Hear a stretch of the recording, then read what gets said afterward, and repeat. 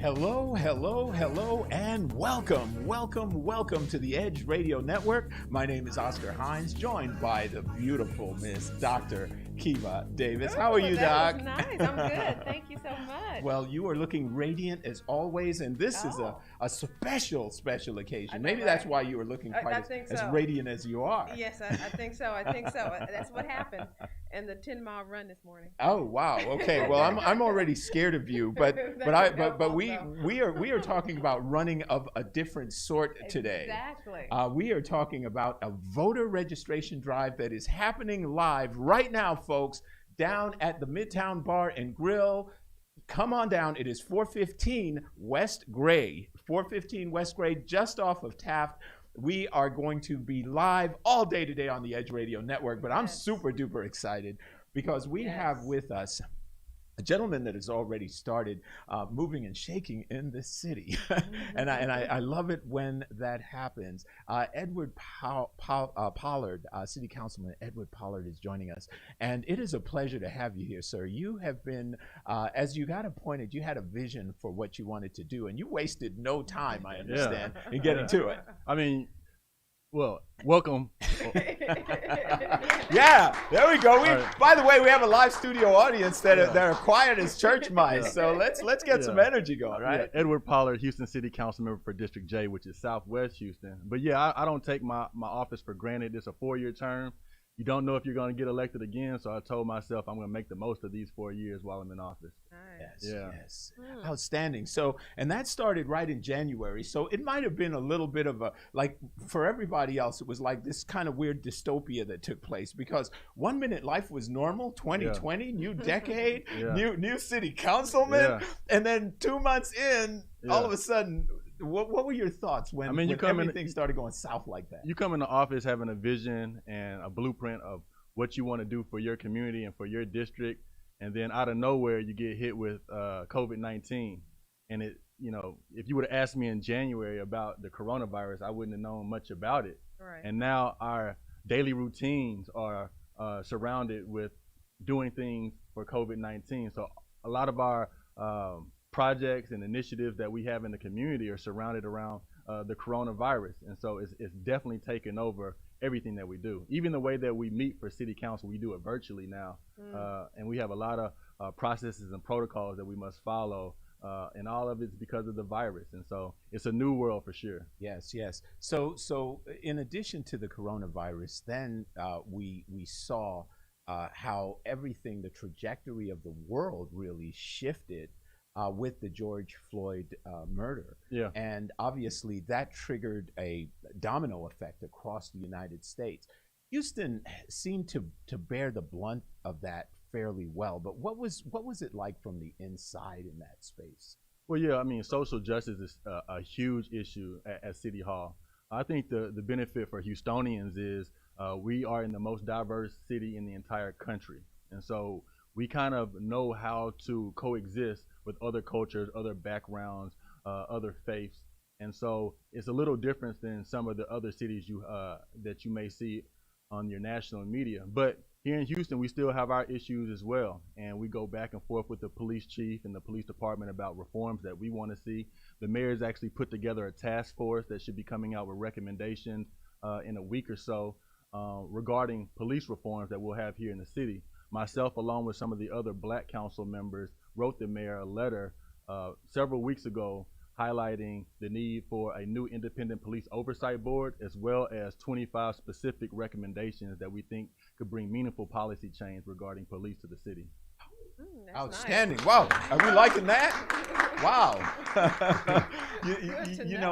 I love that because this idea of police reform is educating police officers and helping them to understand, especially, and then this is personal for, I would say, all three of us on this panel of people of color, that when an officer walks up behind you and those lights are flashing, there is a deeper breath you take than perhaps someone that is melanated, right? For sure. It's not even flashing. Just as soon as you see someone, I'm sure that we're going to have a lot of post-traumatic stress disorder and a lot of issues after this. Yeah, I mean, For us, we've all had our own experiences with police officers. We probably all have a story that we could tell. I know I do, and it's just unfortunate that our community and us as a people, we've been profiled and stereotyped as a certain way.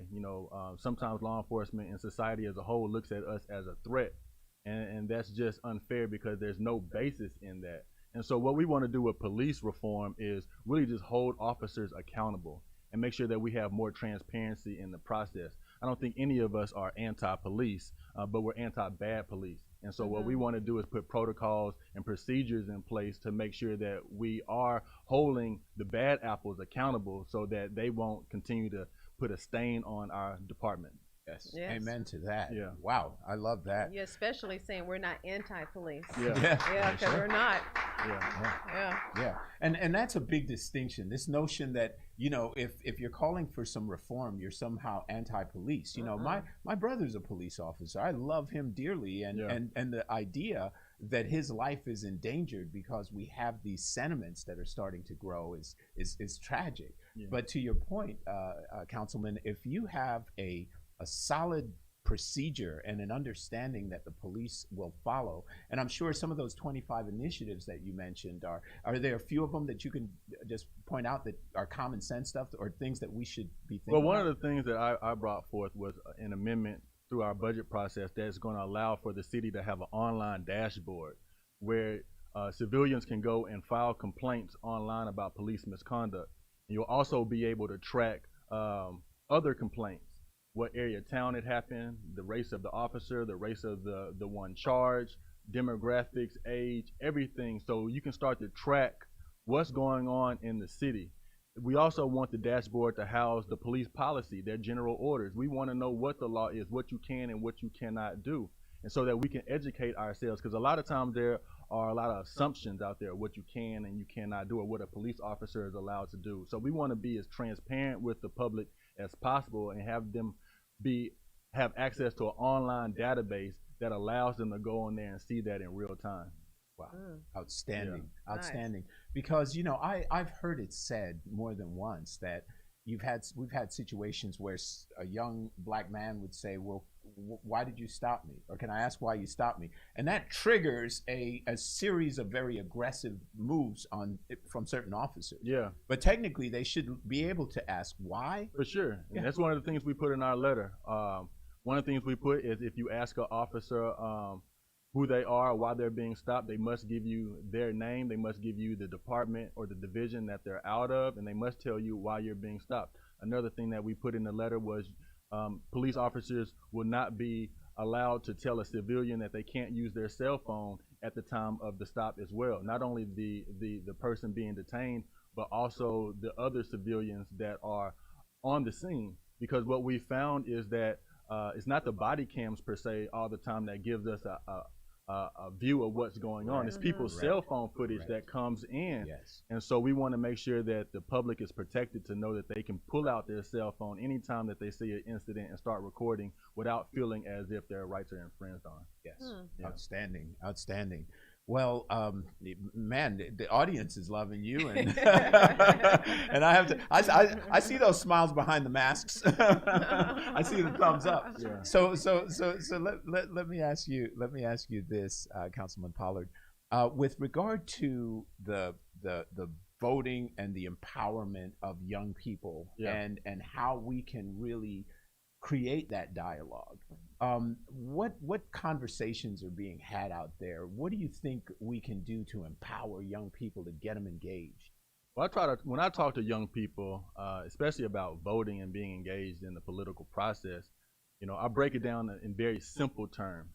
If you were to watch elementary school kids at recess playing basketball, they would be all over the place. They would be traveling, double dribble, just throwing the ball here and there.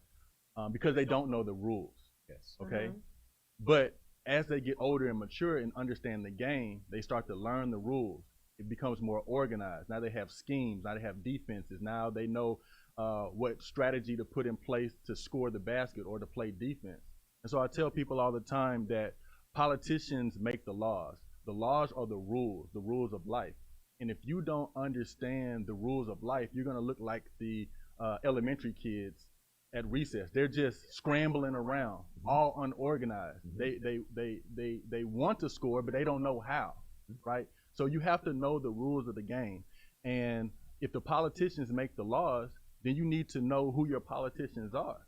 Right. So this is an interesting thing that you can probably go to your church, or if you're at a family reunion or a get together, you ask people that are around you. Tell me who your school board trustee is. Tell me who your state representative is. Tell me who your county commissioner is. Tell me who your city council member is. Tell me who your congressman. If the answers are I don't know, which for most people it will be I don't know, then you already are behind the ball, because you don't know who's making the laws for your community. Parents talk about I looked at my child's textbook and it had some history in there that wasn't accurate, especially when it comes to slavery. Well, who's your school board trustee? You don't know who's writing these books, right?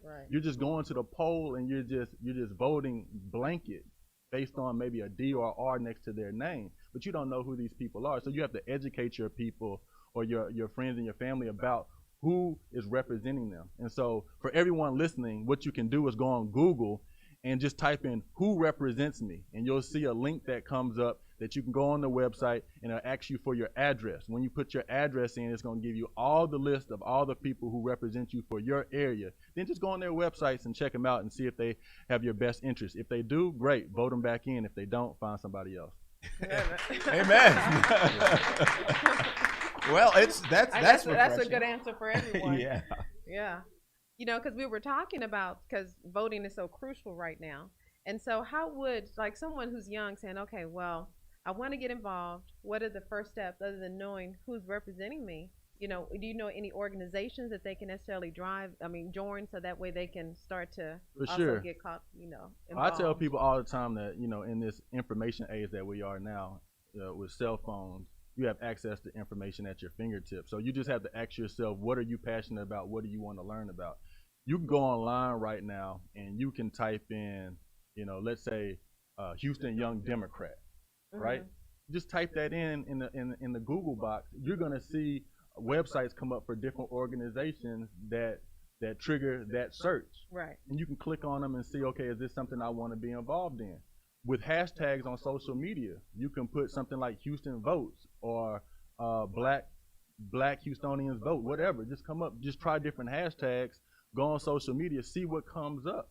And whatever your passions or interests are, you'll be able to scroll and see if there's something that catches your attention, and just try to become involved. Shoot them a DM, show up to a meeting, But you have to educate yourself. You can't expect government or politicians to do all the work, right? You got to meet people halfway. And I think if we do that, then we'll push the ball down the field. Outstanding. Yeah. You guys like that? Wow. That's outstanding. So I'll tell you what, Councilman Pollard, there's more I want to unpack. Okay. So are you okay with another 15-minute segment with us? Yeah, let's do Okay, it. so folks, you are listening to the Edge Radio Network here at Midtown Bar and Grill. We are live at 415 West Gray. We want to invite you all to come out for voting. Voter registration is happening right now live. You guys, if you are anywhere in the area, it's a beautiful, beautiful day, but there's going to be a live jazz band later. There's going to be a happy hour. There's an art show. There's all sorts of stuff going on. So we want to invite you to come out to 415 West Gray, voter registration drive. Folks, you're listening to the Edge Radio Network. We're going to take a break. When we come back, we will continue our conversation with Councilman Edward Pollard. Back in a moment. Thanks.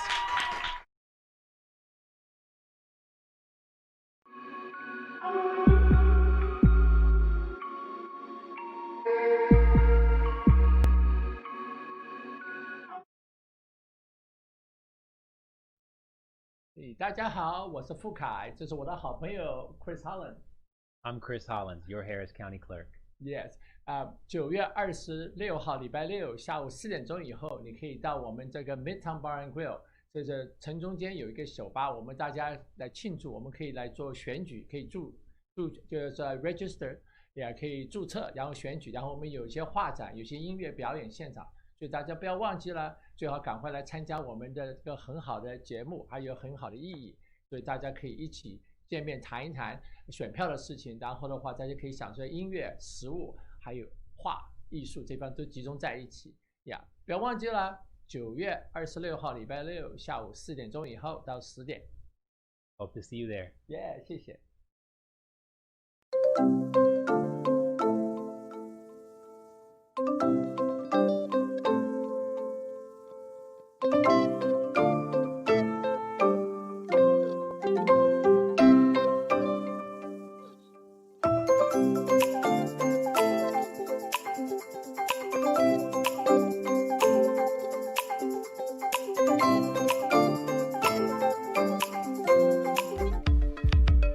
Are you a small business owner concerned about the downturn in the economy?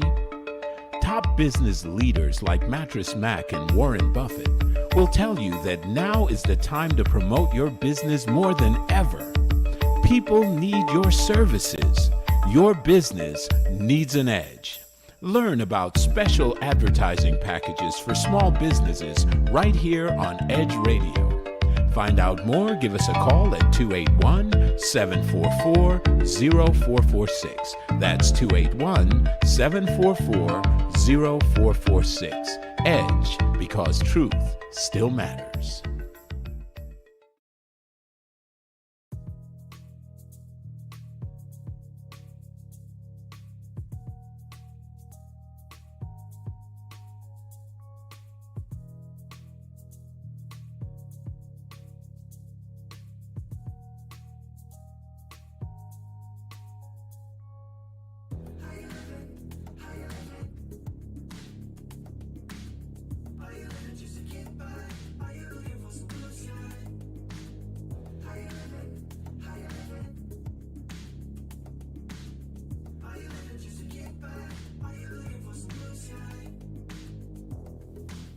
And welcome back to Edge Radio. Today is our voter registration, and we have our councilman here who's coming to talk to us about what's going on in the world of politics. So, you had some questions that there's just some great initiatives that have been taken, but I wanted to stay on this piece that we were talking about just before the break. We're talking about the importance of having young people and them voting right now, and the power of that vote. But something you just mentioned, Councilman Pollard, that I wanted to ask you to unpack this a little bit. You were talking about how a lot of times there's just these straight ticket type of votes. But here's the number one argument that I hear from the Republican side of the aisle when they're talking to Democrats. They say, look, you all have been in power for 30 years and the neighborhoods haven't changed. The circumstances haven't changed. So you've heard that before, right? For sure. So I agree. Okay, so what's your thoughts on that? I just think that when you think about the Democratic Party, African Americans, Black people, we're the only race that votes 90% one way. All right, Hispanics don't vote across the board one way. Whites don't vote across the board one way. Asians don't vote across the board one way, but Blacks do. However, our communities kind of look the same year after year. When you look at access to health care, when you look at jobs, when you look at education, we haven't really moved the needle a lot since the civil rights movement. Even look at home ownership. We're still kind of where we are. And so you have to ask yourself, are we really using our numbers for leverage within the party? And I don't think we are. I think we need to be a little more stingy with our vote to make sure that we aren't so predictable, and be a little more independent with our thought, and make sure that candidates and parties have a platform that speaks to us. And don't just come around when it's election season and show up to the church and say that, you know, we're going to do this, that, and the third. Right? Yeah. You need to see, what have you been doing? What track record can you show that you have made a imprint in our communities? And we need to hold them accountable for that. We're so hard on our police officers and wanting to hold them accountable. We need to hold our politicians accountable as well. And I think if Black people were able to be more independent and not as predictable as other races, then you would see our communities thrive a little more. Wow. Yeah. Wow. Yeah. Okay. And that all stems from like you said, from education. Because if you don't, a lot of times you do things based on generational. And if Big Mama said just go vote Democratic. Yeah. And you go, okay, you just immediately do it. And Yeah. it's that lack of understanding that's what you need to do. Yeah, it's more than just a party. You know, I think we have to get away from the parties. As a city council member, I'm in a nonpartisan seat. So when people show up to the poll to vote for me, we didn't have a D or R next to our name. You just had to vote on the person. And you look at the character of the person, the message of the person, how, you know, have I seen this person in my community before? You know, that's what you should look for. I wish that was the way it was for everything else. But we live in a two-party system, and although we live in a two-party system, we still have to hold each candidate accountable. So I tell people around election season, you need to go and get the sample ballot, see who's on there, and then do your own research. Go to their Instagram page, go to their website, check them out. You know, sometimes you want to just skip the race. If the Democrat and the Republican aren't speaking to your values, skip the race. But you want to make sure that you're not just being taken for granted. Right. And that's the message that I really want to speak to all people. You know, your vote is your voice. And you should really take that seriously and put people in office that truly represent you. Oh man, I love that. Yeah. I love that because you're speaking to a very important issue, I think, Councilman, when it comes to, you know, there's some things that are frustrating when you're John Q. Public.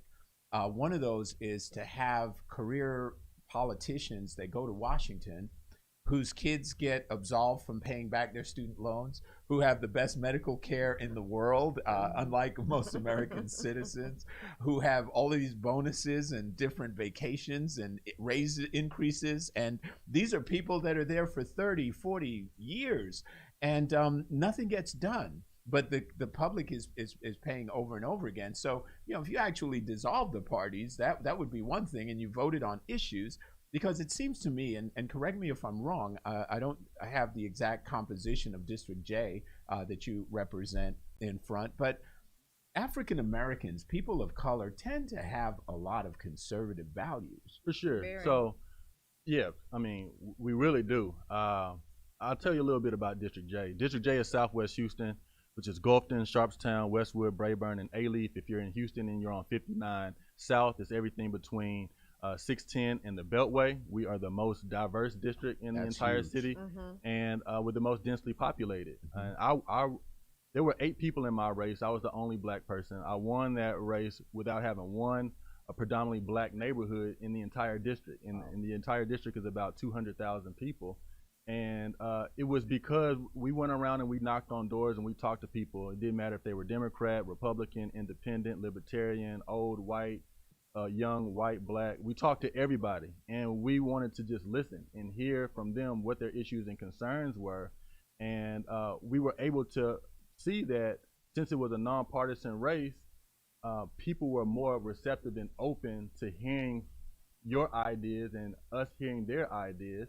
And there was a mixture of blocks of votes that we were able to get on both sides of the aisle. And I think that just comes with engagement. And so we sometimes have to get away from just the parties and figure out ways in which we can find some common ground. Because if it's always going to be a me versus you, them versus us, tit for tat type of political system, then we'll never get anything done.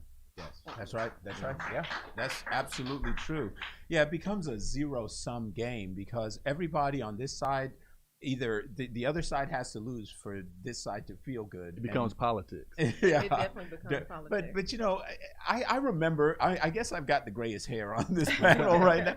I remember a time where political partisanship was there, but there wasn't this animus. There wasn't this sort of acrid, angry, like, you know, we're it going comes to from get the top. When the leader of the free world puts out divisive rhetoric, and he puts out harmful comments, and he puts out this vibe of division and me versus you, it trickles down, right? And it's bad for politics. And that's the most important part about November 3rd. Is we'll have a chance for new leadership at the very top.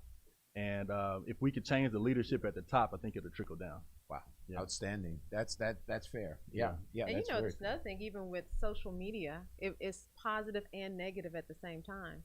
because they'll keep feeding you the same information. Whenever you look up something on Google, The algorithms. that's what they're going to always show you. So Yeah. you don't really get that idea of what's going on the other side. You For only sure. get your information. So, sometimes when I go and ask friends that may be on the other side of the aisle, and I see their Instagrams or their Facebook pages, it's completely different than Right. the messaging that I'm seeing on mine, and it kind of traps us into a box, right? And it's dangerous to be in a box. I try to be as open-minded and creative as possible with all the initiatives and the things that we bring forward, because we live in a society with different mindsets, different perspectives, different backgrounds, different ideology, and you should have an open mind and a mutual respect for others to be able to hear a counter viewpoint, try to grow from that, and then move forward together. You don't always have to agree on everything, but you should have enough mutual respect to be able to sit down and have a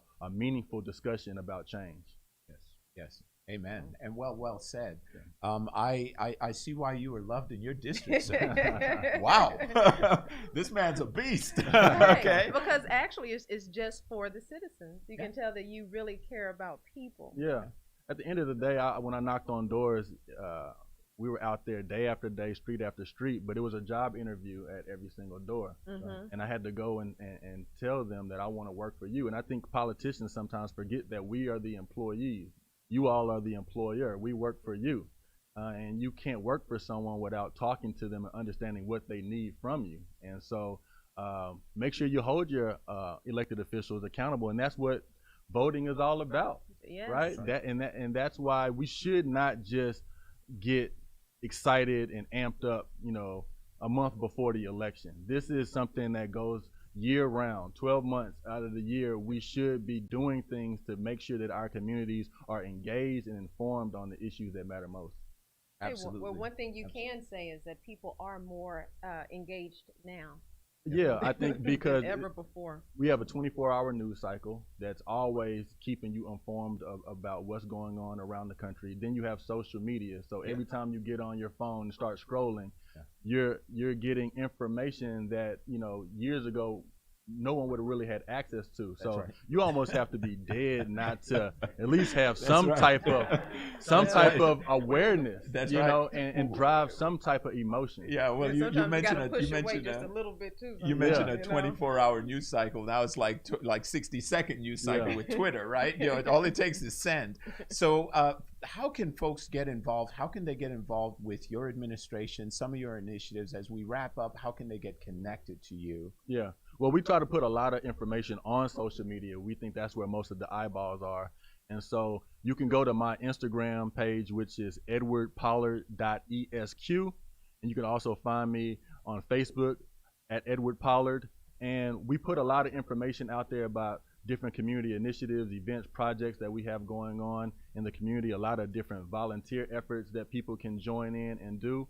And the more the merrier. We want to make sure that people feel like they're a part of the process, that they're engaged, and that we're working together. It shouldn't just be all my ideas that I'm pushing. It should be all of our ideas. Yes, excellent. Councilman Edward Pollard, we want to thank you for joining us. We want to thank you for this incredible information and the initiatives that you're taking in the community. We're proud to have you here at Edge Radio, and we're looking forward to a return visit, because there are some additional initiatives that you're undertaking that we would love to hear about. So we want to thank your administration and the mayor. We know you guys are working hard. We know you're working through a lot, and we thank you for that. Do you all want to show your appreciation, send that love to these guys? Thank you. I really appreciate it. Thank you for the invitation. Thank you. All right, folks, you are listening to the Edge Radio Network. This is the voter registration drive today, September 26th. Folks, come on out. It is 415 West Gray. We have a huge live studio audience, socially distanced. With Don't masks. panic. With masks. But come on out. We want to invite you to come out. We want to thank Councilman Pollard once again. Folks, stay tuned. We'll be back with the Edge Radio voter registration drive shows in just a moment.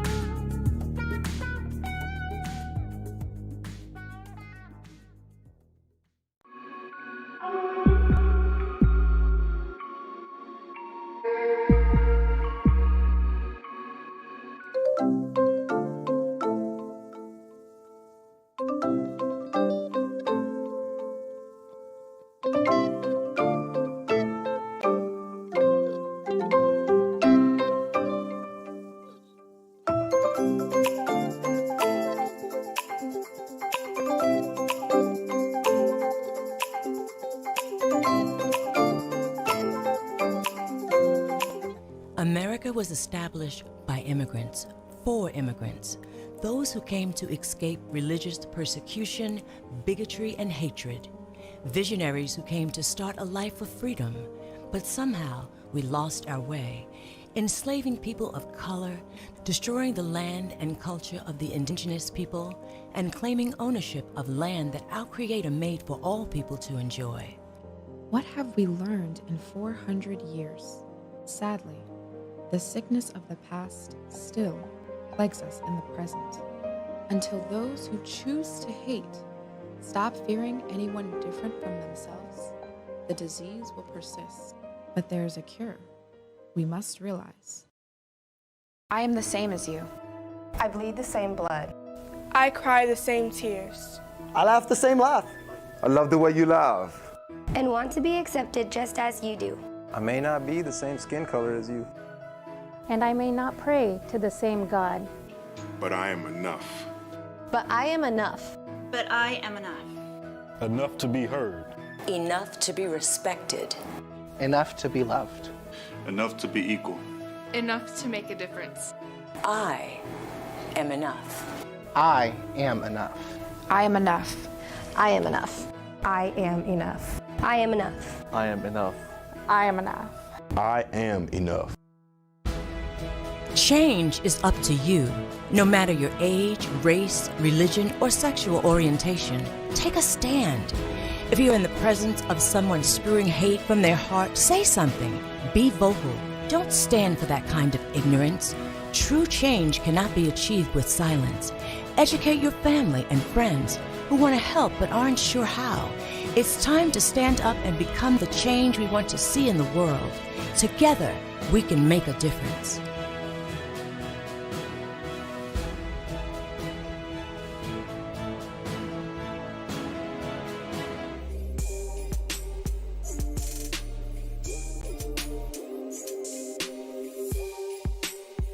And we're back with Athletes United Experience on Edge Radio, and where truth still matters. As a side note to our viewers, the Art and Jazz Fest voter registration drive, and as we talked about this earlier, will be held right here at the Midtown Bar and Grill, September 26th, beginning at 4 p.m. That is the Art Jazz Fest voter registration drive. So come on out, prepare to complete your civic duty, and vote your consciousness. Okay. As we broke, we're talking to Dr. Crystal Mark here, and she had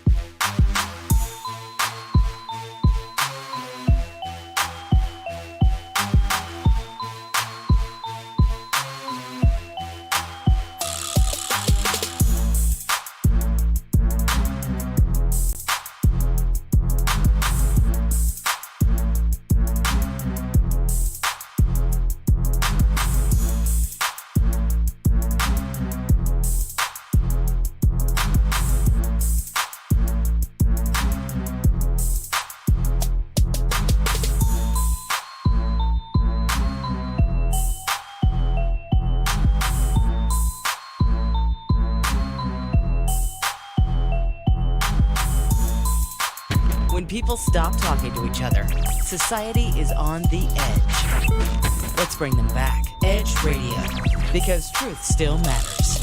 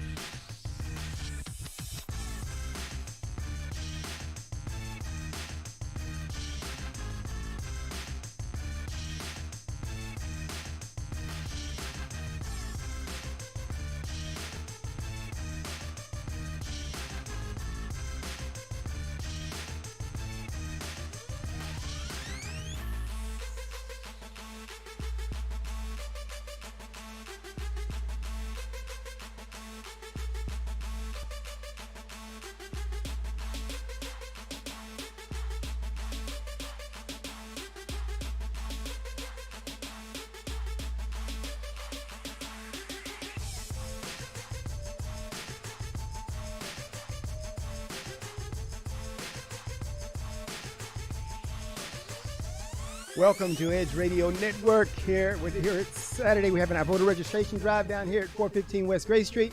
Come on down. You got an opportunity not only to register, you come down to the bar and grill, get something to eat, and then come up here and hang out with the great people. We've got a small studio audience, and we are socially distancing. So come on down, and you'd have a great time just hanging out with the people. And I'm honored today to have, by the way, I'm Carlin Charleston, the Executive Director of Erase Race. And I've got a weekly radio show here at Edge Radio, Talk About Unity. It happens on Tuesday mornings at 10 a.m. So tune in and catch that. A lot of good information being shelled out there. But today we've got, as a guest here, we're talking some local politics. We've got Prairie View City mayoral candidate, Miss Johnnie Walker. And to me, it's because I'm originally from Prairie View, Texas, but spent a lot of time away, so it feels like having home folk back. And so I'm glad to have her today. And we're going to ask her some questions, but I first want you to get a little taste of who Miss Johnnie Walker is. So we're going to ask her to go ahead and introduce yourself, give us a little of your background. It's great to be here today, and this is a very important election year for us. It's important for us both nationally as well as locally. I am Johnnie Walker, and I am from Prairie View. My husband and I been residents of the community for probably about 50 years. As a matter of fact, this young man was one of my first students when I started teaching. So if I mess it up, y'all can blame her. If I mess this up, you blame her. Yes. I graduated from Prairie View with my first degree in elementary education. I have a master's in education, and I have a mid-management certification. My resume starts off with 35 years in the public sector as an educator. The last 15 of those years, I was a middle school administrator. Upon retirement, I stayed home for about 6 months, and I realized retirement was not for me. So I started working at the university with the Alternative Certification Office. It was a wonderful experience because what we did, we were able to certify people who were not in the teacher track to become teachers. Our program was outstanding because we had the highest in the AN system, the highest number of minority men in science and mathematics. We were known for that. We would meet our students. They would be working at Enterprise or at the restaurants, and we could always tell a Prairie View graduate because it was something about them that was special. So now we have many of those young men and women out in the field as counselors, a couple of superintendents that went through our program. I stayed with that program for about 10 years, and then we got a new dean, and she changed directions. In the meantime, I was working with the retired teachers, Texas Retired Teachers Association. I served as the president of our local chapter for 2 years. And when that 2 years was up, I was elected president of the district. Our district had 18 units, about 4,000 members. East Texas, should I say more? But it was a good experience. I did that. After that part, I was elected to work on Prairie View Economic Development Board. I'm presently working with that board now. We are trying to move Prairie View forward. If you have gone to Prairie View lately, especially for homecoming, you can see all the growth. We on the west end of Houston. Property is very important, it's very valuable, so we have a big movement going on. When I'm mayor of the city, I want to make certain that we have a plan. I want to see Prairie View be like the Woodlands. I want a gated community. I want sidewalks, I want parks, but that's going to require planning on our part. We just can't let things happen. When you let people come in and put businesses where they want to, it's not a plan. I want us to be just like Fairfield or the Woodlands and have a plan for that. We need amenities there in Prairie View. Presently, Prairie View is a unique place in that we have the university, and the university students are able to vote. On one end, we have the university, students who are voting. On the other side, we have the residents who are paying taxes. The politicians there have learned that we can get the students to vote for us. We can become councilmen in the city. So my biggest obstacle now is to get up there with the students and advise them as to what we're doing, invite them around the table to be a part, because we got to make certain that when we elect our councilmen, that they don't implement different kinds of rules and taxes that's going to impact the community people who are there. Let me ask you about that. You've got a couple of different tasks there in Prairie View, because Prairie View is always kind of in the news of especially during election season, because you've got, seems like, a couple of issues. You've got the issue of what's going on with Prairie View seated in Waller County, and then you've got the issue of what's going on with the city and the university there. So you got kind of some dual efforts there. So I want to get to that, but also I want some background on what got you into now, because this, as I know, this is your first time as a mayoral candidate in Prairie View. What has been the impetus? What is the drive for you to do that? And then let's cover that other issue. One night after one of our city council meetings, which was kind of hostile, we have what my pastor calls the sidewalk conferences. And it came to our attention that we didn't have a local resident on the ballot.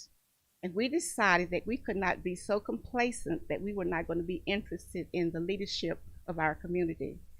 So my friends kind of all looked around, and lo and behold, they asked me if I would do it. Oh, okay. And my first remark to them was, yes, I will do it if you will support me during the election and come around the table after the election. Because a city cannot be run by one person. Right. It has to be a conglomerate of everybody there. We need to have a shared vision. We need to all be thinking of what we want our city to be like. So that's one of the things that I hope to do, is to, and I think I can do this, reorganize our community people, get focused, involve our churches, our schools, and get ourselves moving. We don't have to be anything other than a first-class city. We are supposed to have the best of everything. And as the mayor, that's what I'm accustomed to. That's what we're going to strive for. Okay. And Prairie View, I'd like to say too, on that education front, Prairie View, as you being an educator, and mom's an educator, and Prairie View is built on education. The city, and Frank Jackson will give you that whole history of Prairie View as the educational basis. And people are kind of frustrated that hasn't transitioned the city into something more progressive these days. But looking lately, it looks like Prairie View, because I've noticed some things that are happening there. How did that happen, and how do you continue that as mayor? Well, I think what happened is that each time we changed leadership, I've noticed that one person had things going pretty smoothly. Then when we got a new mayor, he comes in with a different agenda. And after his 3 or 4 years are up, we get something else. What I want to do is to involve the 3 mayors that we have at Prairie View, to get them around the table, because all of them brought some wonderful things to the city. We need to build up on those ideas, and that's one of the things I want to do. Okay. Yeah, and that's so you're talking about the consensus building that's necessary for you all to go forward, using the benefit, the knowledge of those who have gone before, certainly, so that we can continue and move forward. Right. So all right, let's get back to that campus challenge. How do you, I guess, bring in that university crowd so that they are a productive part of the city? And how much contention is there right now between the city and the university? Well, last year we were faced with some problems because of the housing part of it. And I don't have a solution as to how I'm going to build that bridge. But I know we will need to bring the leadership team from the different organizations. We need to develop an advisory committee where we have the leadership team from the university to come and meet with the mayor in the mayor's office, so that monthly, so we'll know what is going on, what are the students' concerned. I think that's the breakdown right now. And that's one of the things I would like to do, to get, like I said, the presidents of the different organizations and get them around the table when we have discussions. I feel very strongly, being in the public school system, I feel very strongly about having a chart where we meet and discuss issues. The solution should not be one person alone. Mm-hmm. It has to be all people involved in the solution. And so I know it's going to be a challenge, but I think I'm up to it. Mm-hmm. My husband was one of the part of the 14 families in Prairie View. Mm-hmm. And when in the old days, we would say we're going to build our home on the farm. But now my grandkids say we're on the Walker Estate. We've been, they said the 150-acre estate of the Walkers. So we have a legacy there at the in the city, and we want to make certain that that we leave something behind for my grandkids to be proud of. We, like I said, we want a first-class city. We don't want anything less. We're going to have to hire us a city planner to do these things. Okay. I've also noticed in Prairie View a couple of times driving up Old Washington Highway over there, whatever. There seems to be some industry, and is there great revenue to be made off of some of the industry there that's in Prairie View and some of those places that are back off of the main path there? Let me tell you what I've discovered about Waller, which is the adjacent town to Prairie View. They will put industry so close to Prairie View, but not in Prairie View, so we don't enjoy any of the benefits. But we have our property, we have that 150 acres, and we really don't want to have industry there. We want a planned community on that part.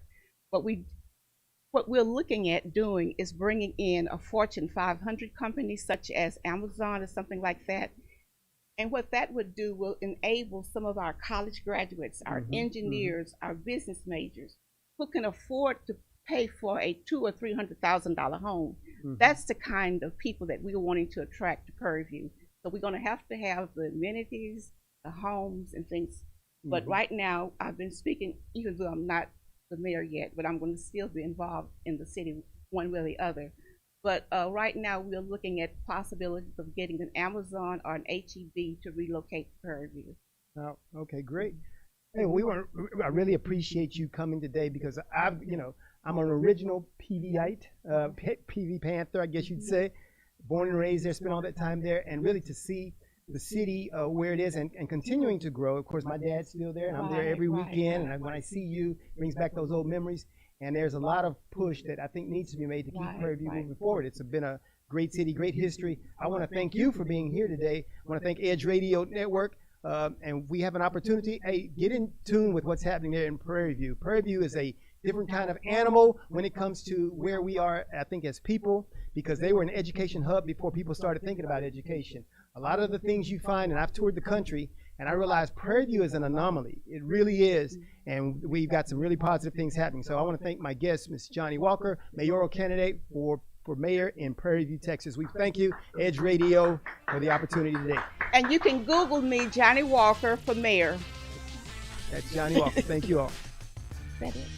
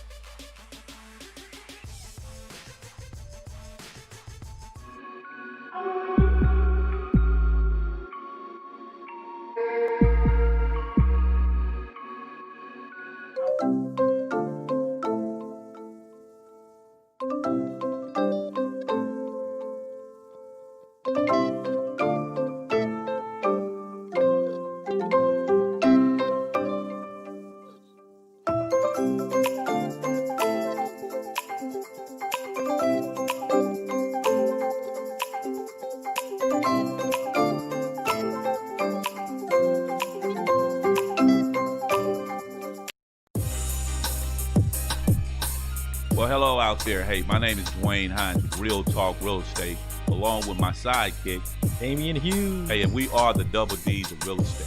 So look, if you're out there and you've been interested in owning a home, but you've been getting run around and you don't know how the process goes, hey, dial the number on the bottom of your screen. Give us a call. Get some real talk, real solutions on all your real estate concerns. We are the double D's of real estate. Be sure to catch us every Wednesday on Edge Radio at 11:30 for Real Talk Real Estate. D. Hines, Damian Hughes, the Double D's. We work our whole lives to support our families. With one accident or illness, it can all be gone in an instant. Now there's a smart, affordable way to protect your family. Go to findhealthbenefits.com and discover low-cost life insurance for as little as $2 per month. Add to that a tax-deferred annuity that can help you protect your assets and grow your money for retirement. Learn more. Go to findhealthbenefits.com or call 877-235-6094. A critical illness can strike without warning and wipe out your life savings. In fact, it's the #1 reason for bankruptcy. Find Health Benefits offers an affordable solution. Get up to $50,000 if you get cancer, stroke, or a heart attack, giving you the peace of mind to focus on getting better while the plan helps you to pay your bills and medical expenses. Learn more. Go to findhealthbenefits.com or call 877-235-6094. 66% of seniors spend more time shopping for cable TV than Medicare plans. Most say because it's just too confusing. Laws change every year. The wrong plan could cost you thousands and prevent you from seeing the doctors you want. Introducing FindHealthBenefits.com. Save time, save money, see specialists without referrals. Go to FindHealthBenefits.com or call 877-235-6094 for this informative brochure. Society is on the edge. Let's bring them back. Edge Radio, because truth still matters.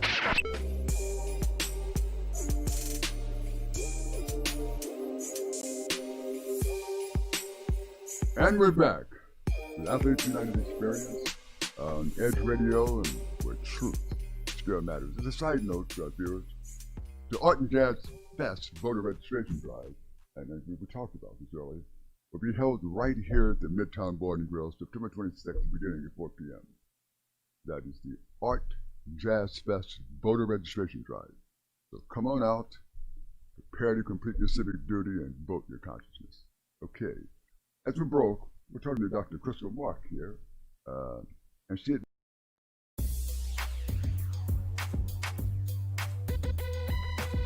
The Natural Nation Network is really about taking control of your health physically, spiritually, emotionally, even intellectually, because there's so much out there in misinformation. There's a lot of people now that are suffering from all sorts of diseases that they really wouldn't have to suffer for if they had better information. And that's what we're here to do. Provide information that can save lives. The mind and the body are totally connected. Health can be really serious, and sometimes we just have to lighten it up a little bit while we're still providing substantive information. And my sort of mantra on the salsa dance floor is kind of similar. I tell somebody, if you make a mistake twice, it becomes a move. Okay?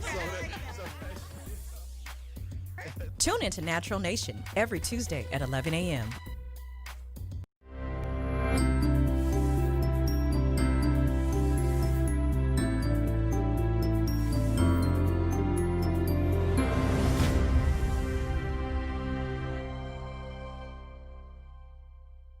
A retired Marine and former school teacher is spending his days on the road promoting unity. His platform is to erase race, and he's trying to do that by traveling the country, visiting 100 cities, spreading his message one conversation at a time. I was born and raised in Waller County, Texas, just northwest of Houston.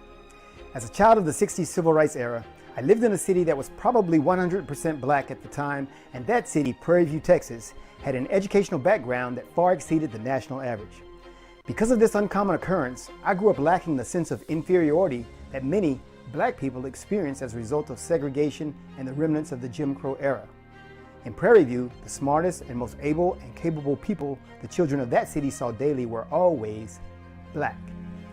After integration in 1969, I grew up with friends from a variety of ethnic backgrounds, and this continued to expand as I went to college, and my circle of deep relationships continued to grow with football teammates from various parts of Texas and the country, and then expanded even more after I joined the United States Marine Corps, where my relationships began to include foreign cultures and people with whom I never envisioned communicating. Today, after having visited and lived in the continents of Asia, Africa, and Europe, I am convinced that we are all far more alike than we could ever realize. Something has hindered that realization for others. Here in the United States of America, we have been plagued for hundreds of years with a concept called race. This concept would have us believe that we are fundamentally very different and our skin color makes us so. Though anthropology, sociology, and medical journals continually refute this, many Americans continue to harbor the erroneous beliefs associated with race. This is what I'm here to change. Hello, I am Carlin Charleston, the Executive Director of Erase Race. We are a 501c4 nonprofit organization designed to remove race from our society and unite people across all demographics and bring them into the novel reality that we are all quite differently the same. That phrase may sound contradictory in itself, but it really makes sense. Once we understand our common origins from whence we all originate, then it becomes much more interesting to see how differently we have evolved in our geographic regions as one people. Erase Race began the work of unifying our country when I embarked upon a 112-city tour last June. Driving the Unity van from coast to coast and from north to south, the thrill of visiting the 48 contiguous states and meeting people I would have never met otherwise was simply amazing. From Baton Rouge to Boston and from Philadelphia to Phoenix, I became more American every day as I met the people that make up this great country, and that is where I want to take you. This is city number 76. Shaking hands, visiting people and places, striving for unity as a human race. It has really been phenomenal. Number one, to travel the country and go to different places in our country and meet the people is what most Americans need to do. He said there have been surprising interactions, even poignant moments, stopping along sites of historic importance like the Liberty Bell and Harriet Tubman's home. He'll make his final stop in December, but his work will be far from done. Carlin's life is the American Unity Movement, and he's hopeful one day soon people truly won't be judged by the color of their skin, but by the content of their character. That's my vision, that we have people, and we can then respect people and live with people.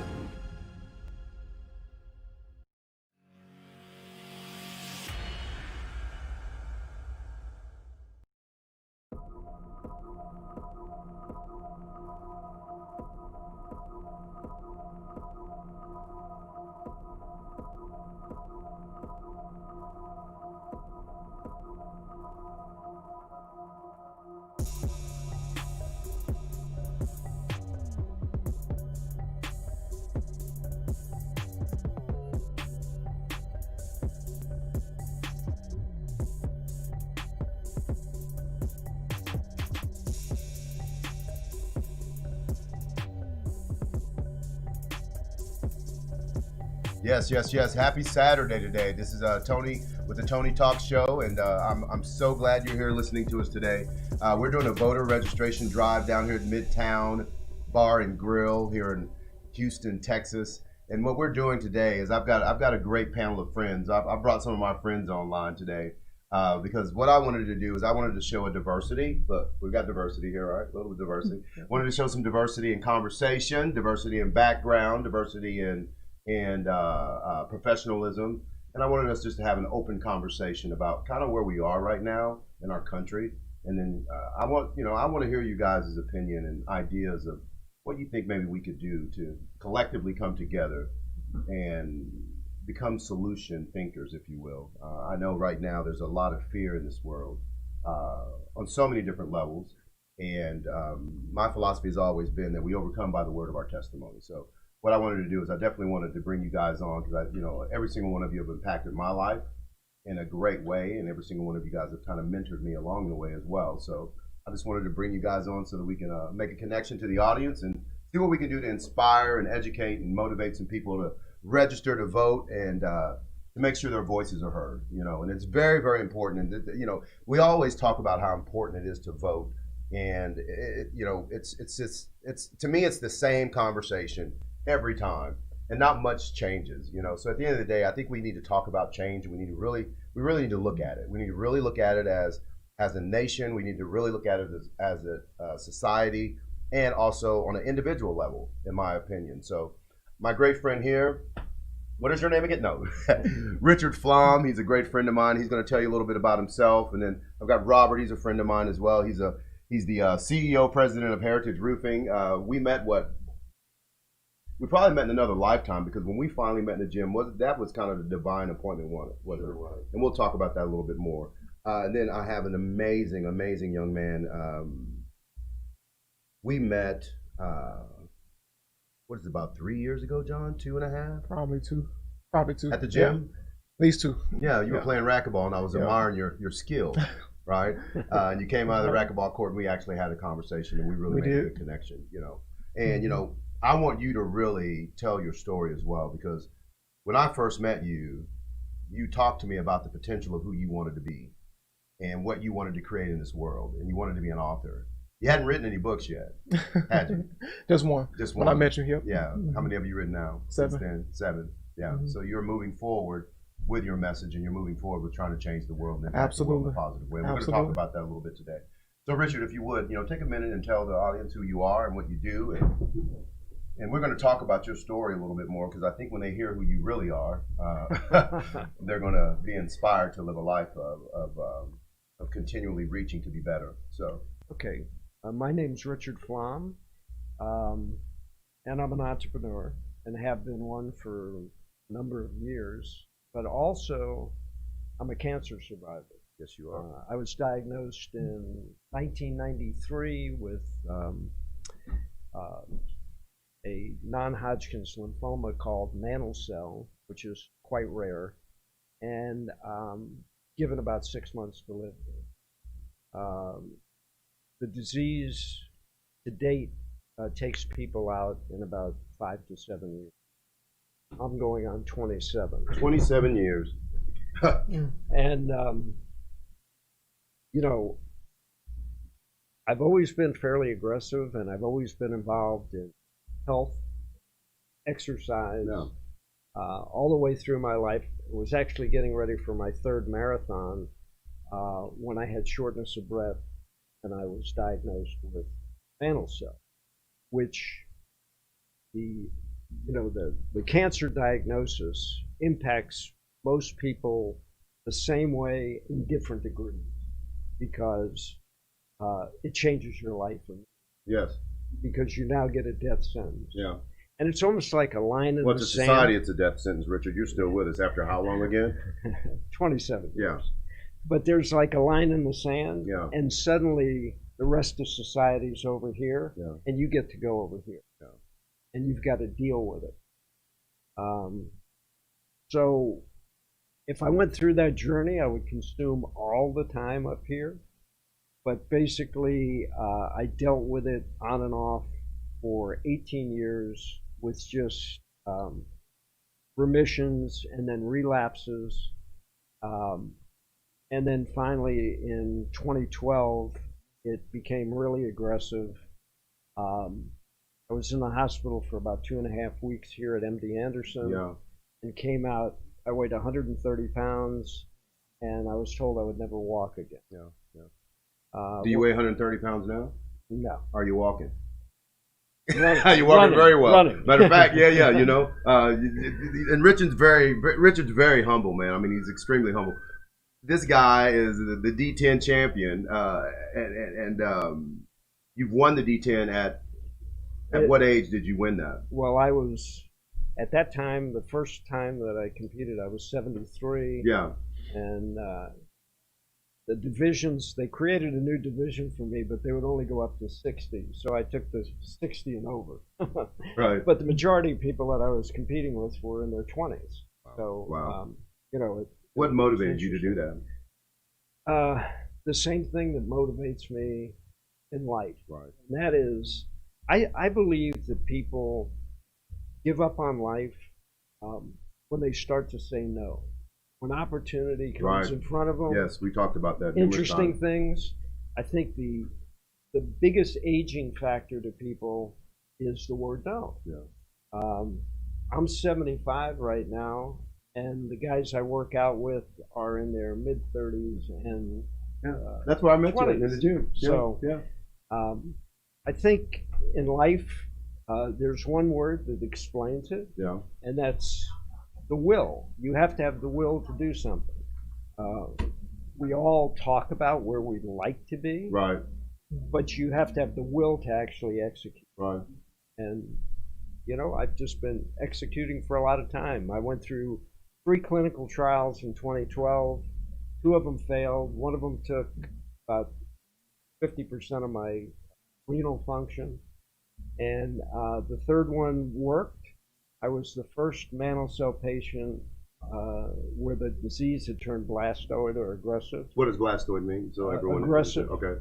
And so it's pretty much all the way throughout your body. It speeds up. Right. In other words, it's basically an indolent or slow disease until it kicks in. Then it becomes like a large B cell type of cancer, and it moves quickly, and it's very debilitating. Okay.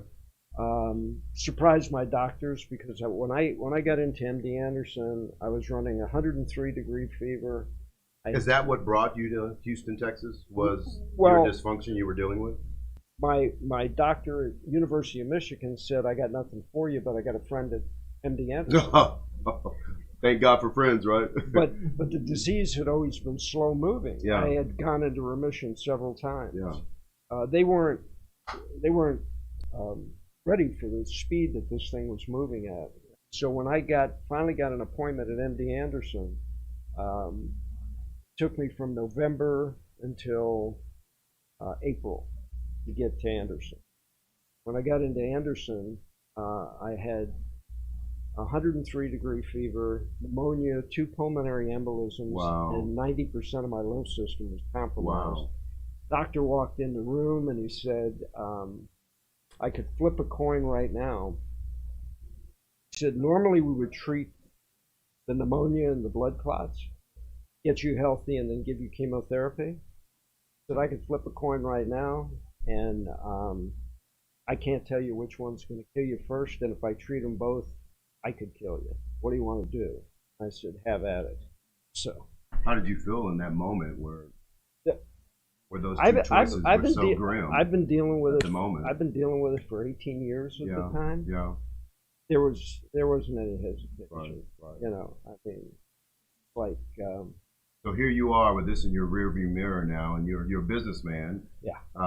What do you do for a living? Your mom asking. I know what you do, but tell the audience, man. Development, real estate development. I've been in a number of businesses, manufacturing businesses. I just went back to school recently. Yes, we celebrated your graduation, didn't we?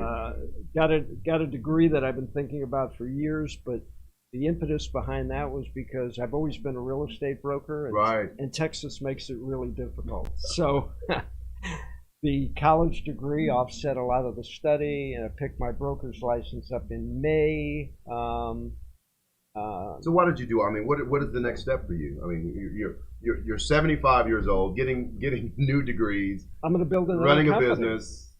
Not retired like most 75-year-olds that are sitting on the couch and saying, "Hey, let's get in the camper and drive across the country and plant some flowers." Right. What does your retirement looks like to you? It doesn't look a whole lot different from what I've been doing. Right. I think you have to find the new horizons and you have to go after them. Yeah. I had a partner at one time. We were in New York, and he was more of an academic. Yeah. And we were in New York on a Friday night, and he said, "Gee, I'd like to go out, but I don't know all about life, and And I said, look down in that street. This is New York before the pandemic, and 5 o'clock on a Friday, right? Jam packed, right? And absolutely. I said, there's life, and all you have to do is go down and step into it, and it'll carry you. Yeah. But if you stay up here, you're never going to be in touch with it. And that's pretty much been my philosophy and everything. Go for it. What have you got to lose? The thing that amazes me through this whole pandemic, and this is where I think the vote that people make today is Today going is to critically be important. critically important. Yeah. There's a lot of fear running this country right now. That's exactly right. Unfortunately, between the politicians and the media, yeah, they have a country that's terrified. They're afraid to go outside. I was just at the club working out today, and I was talking to a young lady. She had her parents. She brought them down from Canada because they were afraid. They're in their early 80s. Yes. She said, my mom and dad will not go out of the house, and they will not leave and go into any place that's indoors because of the fear. And the problem is we just don't get the proper information. Right. We need a lot of things, but we need politicians to get up there and tell us actually what's happening. Yeah. So I'm going to ask the question as we move on. I want you to hold your answer. Okay. Okay. If you were voted president today, what is the one thing you would tackle? What would be the first thing immediately you would tackle? I want you to think about that. Robert, we talked about fear. We talk about fear all the time, especially with the history of us. We talked about where we've come from and the things we've overcame. You're a businessman. You own your own roofing company. You're very successful here in Houston, Texas. Why don't you tell the audience a little bit about yourself as well? Well, my name's Robert Kosak. Don't go too deep because they may run. Long story short, yeah. I'm originally from Miami. I relocated here about 10 years ago. Yeah. What brought you to Houston? My kids actually came here with my ex-wife. Excellent. And she's from here. Yeah. So you followed your family. Yep. So to It was a speak. good idea to come, and I'm grateful for doing that. I'm grateful as well. We wouldn't have never met until we did that, right? Yeah. So you're into roofing. Yes. Tell us a little bit about your company. Well, we're storm restoration experts, along with certified roofing contractors. And even though there's no licensing in Texas, we do have licensing. We have certifications that we take through the manufacturer to ensure proper installation and whatnot. So it's good for the consumer to be educated about who's coming to your house and who's getting on your roof and what kind of qualifications do they have in references and all that. Right. So that's important. And we've noticed a lot of. There's been some storm damage here in Houston. We just had a kind of a little issue go up there up north. Galveston. So are you seeing a lot of damage here in Houston that you're helping folks with? Well, a lot of people don't know that there has been an epidemic of wind and hail storms all through the state of Texas and all over America. Right. Where the insurance companies have been impacted, and now we've had a few hurricanes. And I know you were down in Louisiana just last week. Down in Lafayette and Lake Charles area. You've seen a lot of damage down there, right? Oh yeah, and we also started talking to the people. So the past two people that were on stage earlier, we're talking about at the door and the concerns of the community. Right. And that's what we've always been involved in. Our mission is legacy, community involvement, and that's how I got into the roofing business.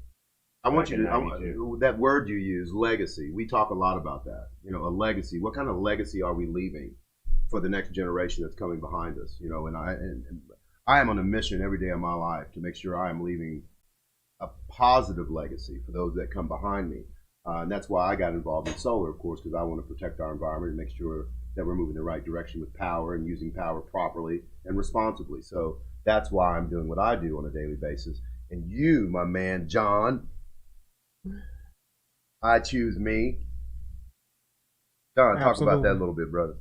Well, first and foremost, that's really the place that I came John, in my life. if you don't mind, how old are you? 27. 27. I want them to know you are a powerful young man. Thank you. Talk to us a little bit about why you became an author and what is your legacy you're trying to leave. Well, first, the legacy I want to leave is inspiration. I want to inspire as many people as I can to show them that you can do anything that you set your mind to. I started writing 7 years ago, actually. I was 21 years old, 2013, September, actually 7 years this month. I've been writing books, and I started off journaling, just putting my thoughts. Did you know you always wanted to be a writer when you were a child? Or Not at all. Something that evolved into you as you lived? It just evolved. Crazy thing, you probably wouldn't believe it, but I used to hate reading. Are you serious? Now you're writing books, man? Now I'm writing books. If you would have told me years ago I'd be doing this, I would have looked at you like you're crazy. But what? It's just amazing the turns that your life can take. Yeah. When you have the right person. It's called right evolution, message. my brother. Absolutely. You're right. We talk about that a lot. We Change. We're so afraid of it, and it's just this COVID-19 thing is about change. right now we're talking about voting, we're talking about change, and we use that platform so much. Yeah. But then when it comes that time to change, people have a problem with it. They have a problem with changing the way they speak about their situation. They have a problem with changing the way they deal with other human beings in that moment of opportunity to change things. Right. So I know that's what you are about, because we talk about that all the time. So We do. how are you trying to inspire and change the younger demographic of folks that are going to be taking over our country as we move forward into this next era of our lives? I'm just trying to inspire them to look. The gold mine is within you. Ooh. The power that you're looking for is in you. Yes. The gifts, the talents, it's all, you got everything that you ever desired is in you. So I want to use my life, my story, my message to show people that the prize ain't out there around you. It's right here. Right. It's in your inside of you. mind. It's all Your power, inside of you. We talk about that numerous times when people know who they are, when you really know who you are and you're Right. confident in that and you don't compromise in that, you know, and it has nothing to do with being a Republican. It has anything to do with being a Democrat. Right. I have found in my life that most of the solutions of any problem or challenge that shows up in my life, it's in the middle. It's not to the left or to the right. I find when I live to the left or the right, I'm out of balance. And when I'm out of balance, I can't move forward properly, right? Judgment is another thing you and I have discussed. You know, right now, this country is full of judgment. We're full of separation. Yeah. We're judging each other. We're separated from each other. There's really no unity in the community. You know, I'm not seeing it. I'm seeing a lot of separation. I'm seeing a lot of fear. I'm seeing a lot of doubt. And, you know, when you walk your life in that era and that energy, you can be easily manipulated. You know, we talked about that, Robert. You had told me, you know, some of the things you have been through in your life and how you overcame them. How did you do that? I know you've had numerous mentors in your life as well. Well, mainly, I love your take on that. I mean, it's all down to our experiences. Yes. You know, what comes in our lives, and no matter what it is, I've learned over a period of time that it's all coming for a reason. It is coming for a reason. And it's all our story, and it's all our lessons. So I'll tell you. But you know the thing that we can go even further deeper, because you and I, you know, when you say it comes for a reason, what's the reason? See, I ask question after question. I'm one of those guys that will take life and just peel it and keep peeling it and keep peeling it back until I find the solution to what I'm looking for. So when you say that, what do you mean by that? Well, it seems like I'm doing nothing and everything's already been done. I'm just participating. I'm participating in a collective whole, and I can choose where I want to go. Right. And it's really crazy how we can have a crisis, create one, or the universe creates one, or you know whatever happens. Because when you go to Louisiana and you bring a bunch of flashlights and batteries and gasoline and water, somebody who's standing in a house and they don't have any power, you know, all their trash is out by the front door and their roof's leaking and they don't even know what to do. Right. There's no talking about a pandemic. You're not are you together. knocking on people's doors and say, hey, you know, are you a Republican or a Democrat before you ask to help them? Nope. And they're just happy to see me because the first thing they do is look, and then they look over in your truck. Yeah. See if you might have something that somebody might have told you that they needed. So it's to fulfill the need, and you know the desires we really seek at the end of it all is helping other people. Helping other people. It isn't the fleshly, selfish desires we seek for ourselves. Yeah, absolutely. And we learn that through our experience over time. Right. Right. We gather things, we get them taken away. We think they're valued, they aren't valued. Value is helping another individual. Right. Another human being. Right. Right. John, question. Yes. You can ring it deep. You ready? I'm ready. How was your childhood, man? Ooh. Wow, it was very impactful. Yeah. Very impactful, and this is why I write so much. Yeah. Because I'm the youngest. Is that where your inspiration comes from? So much of it. So much of it. How many siblings do you have, bro? It's 6 of us total. Ooh, you the youngest, the oldest? I'm the youngest. You're the youngest? I'm the youngest. Okay. So I had a chance to watch my older siblings go through a lot, and as they got older, they passed things down to me, and I came up around a lot of older people, a lot of wisdom was poured, and so much wisdom was poured into me. That's why I can produce the way I do, because my mom, it moves different. Right. And that's why I go into that place. I have so many creative thoughts that the best way I could express it is put it in words. Do you meditate? I do. We talked about that, right? I do. Robert, do you meditate? Every morning, Joe. Richard? Constant. Constant. Walking meditations, right? Walking, Everything. Everything. It's just kind of quieting your mind and getting into this place of focus where you can really create. You know, I always tell people, you know, whenever you're having difficulties in your life, you consider those things difficulties, but they're not. They're just times of opportunity to grow and to expand as a human being. I mean, that's what we're on this planet for, is to evolve and to become better. We're supposed to be becoming better every day, and, you know, and doing more every day and helping other people. So at the end of the day, I find that, you know, you really, and this world is so, it's so loud. It's so loud, you know, everything is so loud and in your face that we really don't have time to unplug anymore and go into that quiet space where you find your peace, where you find your answers, where you find your solutions, where you find your power to create the things that you truly desire. You know, so where were you at in your life when you wrote this book, when you said, I choose me? Were you not choosing yourself at one point in your life? I wasn't, because I was putting what did your life look like when you were living like that? It was compared a mess. to now? It was a mess. All over the place. No clarity, no peace. And when you lack peace, there's something wrong. When I started choosing me, and it's not at a selfish note, it's just, let me just control the one thing the universe gave me control over, that's me. Let me get myself together so I can put myself in a position where I can help others. Right. How can I inspire other people if I'm not in a position of influence? Right. Or if I haven't gone through the process, overcame it, and I can talk to this person over here. When it comes to young people going through stuff and they're trying to find themselves, people are hurting. These are books of pain. My biggest inspiration was pain. I just turned my pain into art. Right, man. You know, I wasn't consumed, but I didn't just be consumed, turned into drugs and all this other stuff. I said, no, I'm going to do something different. Was there no temptation for you to go out there and do those things that were absolutely destructive to you and your future? Were there temptations for you to do that? Lots. Okay, so speak to that individual that's listening to you right now that is in that pinnacle moment of his life where he could choose to choose himself or choose to do something that's destructive. How did you make that choice in that moment and said, hey, you know, how did you do that?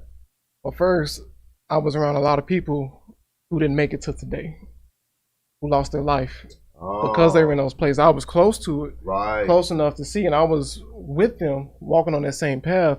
But it got to a point I said, well, for whatever reason, I was protected from that. I hate it. What do you mean some other reason? You already know it was your grandma's prayers, bro.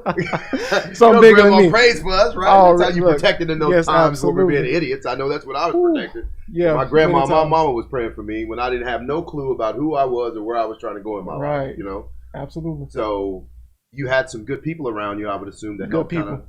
Yeah, and in those moments you hear those voices in the back of your head when you're about to do something, but there's something pulling inside you. Say, you know what? Maybe you need to reconsider. Right. Let's really think about this. Right. You know, because I never wanted to let an impulsive decision cost me my life. Right. Right. Listening to your gut. You know, a lot of us, you know, we've been taught by society not to listen to our feelings and our emotions. And Robert, you and I, we've talked about that. That is actually the two tools that the universe gives you to guide you through your life. You know, I mean, for so many years, I did not pay attention to my emotions. They were all over the place. I didn't realize that it was energy. It's energy. It's focused energy, and you're all over the place. So you're all over the place. You can't focus yourself to get things done. And not only that, I wasn't mindful of my words. Every time you're speaking, you're making declarations every day. You can make conscious declarations or unconscious declarations. And usually those unconscious declarations get you in a bad place. You know, so that's why, you know, it's very important that in this moment, we're talking about voting. It's very important that we're not influenced by the wrong people, and it's very important that we do our research. You know, the gentleman that was here before, he was talking about the fact that you know, you don't see politicians and leaders, city leaders, and folks like that until it's time for election. You know, my wife and I, we talk about that all the time. It's like, you know, you never hear from them, you never see them until it's time for election, and they've got their signs in your front yard on the corner of your neighborhood. They're doing TV. You know, it's like, hey, come on, where were you at? You know, we put you in office, and I want to continue to see you. You know, I want to continue for you to be in front of the community. I want you to continue to talk about what your agenda is and how you're going to unfold your agenda, and how that affects me personally and how that affects my community. I think that's very important, that we look for leaders like that, that are actually really going to stand behind what they say in that time. I think the biggest problem is we, the people, have allowed the leaders to run us. Oh, absolutely. As opposed to us running. Absolutely. Listen, without the people, there is no government. And it's you know what I mean? And it's all about the money and the power. Yes. And the only way to do that, and you said, what would I do? I was in charge. Term limits. Absolutely. Term limits would Absolutely. stop 90% of Absolutely. this. These big pharma, all your major corporations are making our politicians rich at the expense of the public. Citizen. Absolutely. I'm seeing a major disparity right now. What's going on economically? I'm seeing the middle class shrinking tremendously, and I'm seeing the wealthy get wealthier. And I'm seeing those folks on the low end becoming more poor and in poverty, especially now in this moment where people are losing their jobs. Their finances are stressed. They're unhealthy. I mean, you got kids graduating today with huge debt. Yeah. And no job. Yeah. No place to go. To me, that does not speak prosperity, and I don't think we're going the right direction with that. Absolutely. I really don't. What about you, John? Do you think we're going the right direction with that? I mean, you're the youngest one on the panel here today. How do you feel about that? It's troubled times. It's troubled times, and Absolutely. it has caused a lot of depression. And a lot of times, even through social media, these platforms, you see people that like they're living their best life, having fun. They show you the glory moments, the positive moments, but when the camera's put down and they go home by themselves with those four walls, it's a different story. Yeah, we talk about that social commercial that we all wear, right? So here we go. Guys, we're winding down. So what I'd like for each one of you guys to do is just give a quick word of inspiration to our viewers and our listeners. What would you say to them in this moment when it's time to vote? What would be your message to them today, John? Just know who you're voting for, do your research, and just choose the person who you feel that will give the most back to you, who will help you and your vision for your future, for a better future. John, and you've got, just real quick, man, because I want folks to know about you, brother. You've got a couple books over there. Yes. What are the titles of those books? Yes, this was the phone you have. Yeah. I chose I Choose Me. Yes, that's my second nonfiction, but this is my very first book. Story about going to college, looking for purpose, overcoming obstacles, just trying to give young people some direction to focus on. I overcame. Then I started a series, which this was like the positives in these, but I talk about the darker themes of the college experience. So this is a multi-part dark scandal. So you're talking series. about the light and the darkness. Yeah, you both and sides. That's great. Yes. Creating a sense of polarity so you can get it from both angles. Right. Absolutely. Because we got to talk. Life has negatives. Okay. It has its downside. So I got Darkness of Mine, A Lovely Savage, In Your Mind's Eyes, I Beg for Mercy, and My Best Kept Secret was my latest one, which I just released. So 7 books total, and you can find them on Amazon, Barnes & Noble, iBooks, Apple. So that's how they can find you? They can find you on Amazon? Amazon. Okay. I got the print book and ebook. And you can also follow me on Instagram, John M. Brown 93, and that's how you get in touch with me. Excellent, John. Thank you so much for being here, brother. Thank you so much. Thank you for having me. Word of inspiration, Robert. I know you got like a whole library. Yeah, I'll keep it short. Anyway, we're fourth quarter people here. He's still in the first quarter. Speak for yourself. Hey, but I think a lot of us were raised on very different core values on what's going on today. I mean, we didn't see color growing up. We didn't have this. It was more a country united. Today it feels like a country divided. Yes. So today let's get out, right? And Yeah. let's get personal and it's powerful to vote and do your homework to see who you're voting for in office. If we all could just turn around and come together, everything the whole energy would shift. We talk about as businessmen, you inspect what you expect from your staff and the people that work for you, right? I think we ought to keep that same philosophy and mindset when we're dealing with our politicians, inspecting what we expect from our leadership and holding them accountable to what comes out of their mouth. I think we need to do that and start doing that as citizens. Word of inspiration, what would you say to your Individuality. Social media is groupthink. And we all get caught up in groupthink. I love it. And you've got to do your own research and follow your heart and your mind. Absolutely. You've got to be the leader of yourself. Yeah. And I know I'm going to say this, and this is cliche, but it is the truth. Change starts with you. You want to change your community, change yourself. You want to change your nation, change yourself. You want to change your situation, change yourself. And that all will just naturally happen, right? Yeah. So guys, listen, again, we're here at the Midtown Bar and Grill. We're down here, voter registration. Please come down to Houston, Texas. We want to make sure that you are registered to vote. We want to make sure that you are taking this moment to use your voice to guide this nation to a greater level, and we all can do this together. And I totally believe that if we would just not live in lines of separation and judgment, I think we can come to a better conclusion and a better consciousness in this country. That's just my opinion. We want to thank you guys so much for being here to the Tony Talk Show. And hopefully we inspired you to get out and register to vote. Very important. Very important.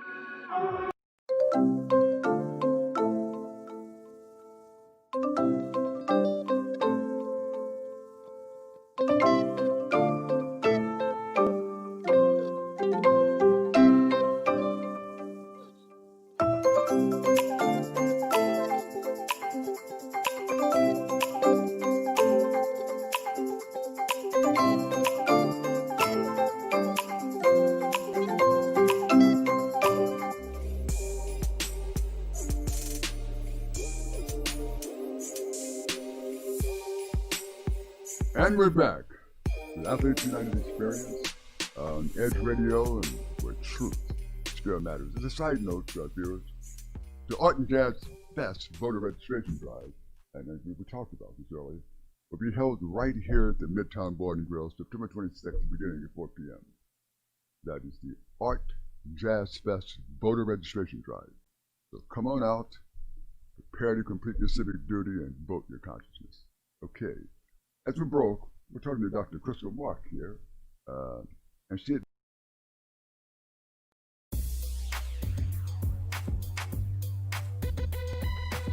The Natural Nation Network is really about taking control of your health physically, spiritually, emotionally, even intellectually, because there's so much out there in misinformation. There's a lot of people now that are suffering from all sorts of diseases that they really wouldn't have to suffer for if they had better information.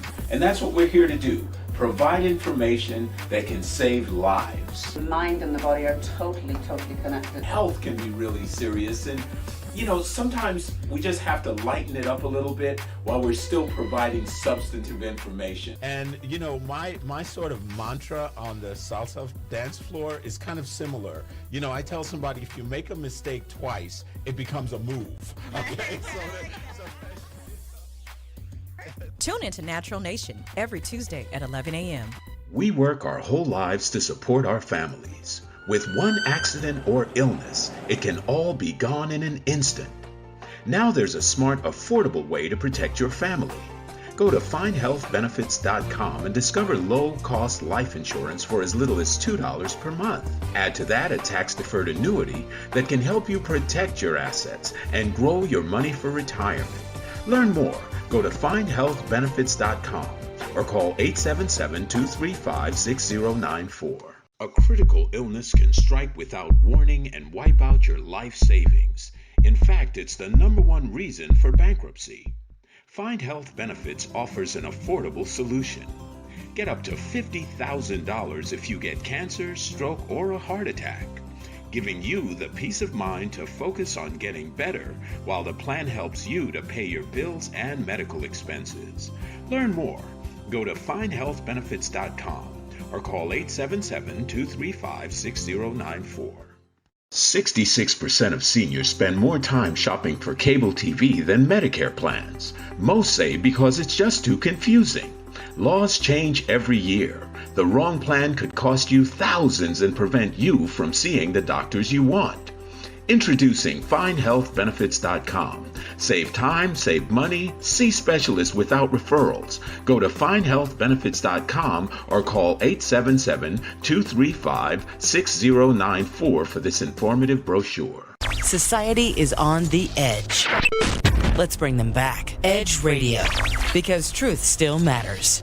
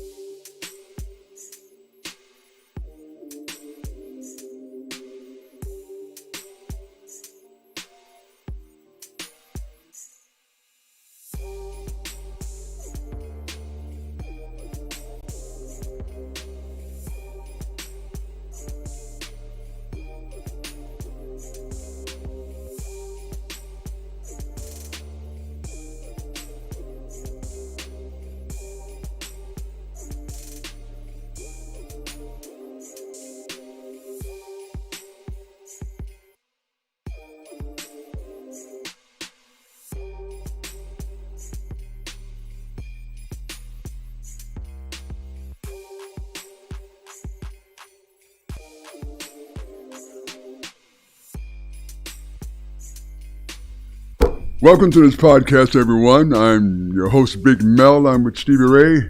Huh? Hello, everybody. Indeed, indeed. I'm typically the host of a lively hour called Athletes United, which we put on the Edge Radio Network, and I have to mention where truth still matters. And I'm the host of the world's most dangerous radio show, Straight Shooting with Stevie Ray. Not as dangerous as the podcast, but very, very close. Very close. That's powerful. Because they let me do things like that. That's why they brought me in. They brought me to Edge to bring the edge. They bring the edge. Yeah, bring the edge. And to intimidate, Wait a minute. Wait a minute. That's a little bit stiff. To threaten various hopes. I like that word. Yeah, that's threaten. Not intimidate. Stevie Ray. Yes. Stevie Ray, listen. We have a condition right now, a social condition, if you will, and it's cultural. That affects the hearts and minds of all human beings. Mm-hmm. All platforms. For us, Catholics. Yes. What do you think of the cultural shift right now that's affecting athletes, and how urgency of BLM, hashtag BLM, affecting the social position of athletes in an unprecedented way, it seems? Well, when it comes to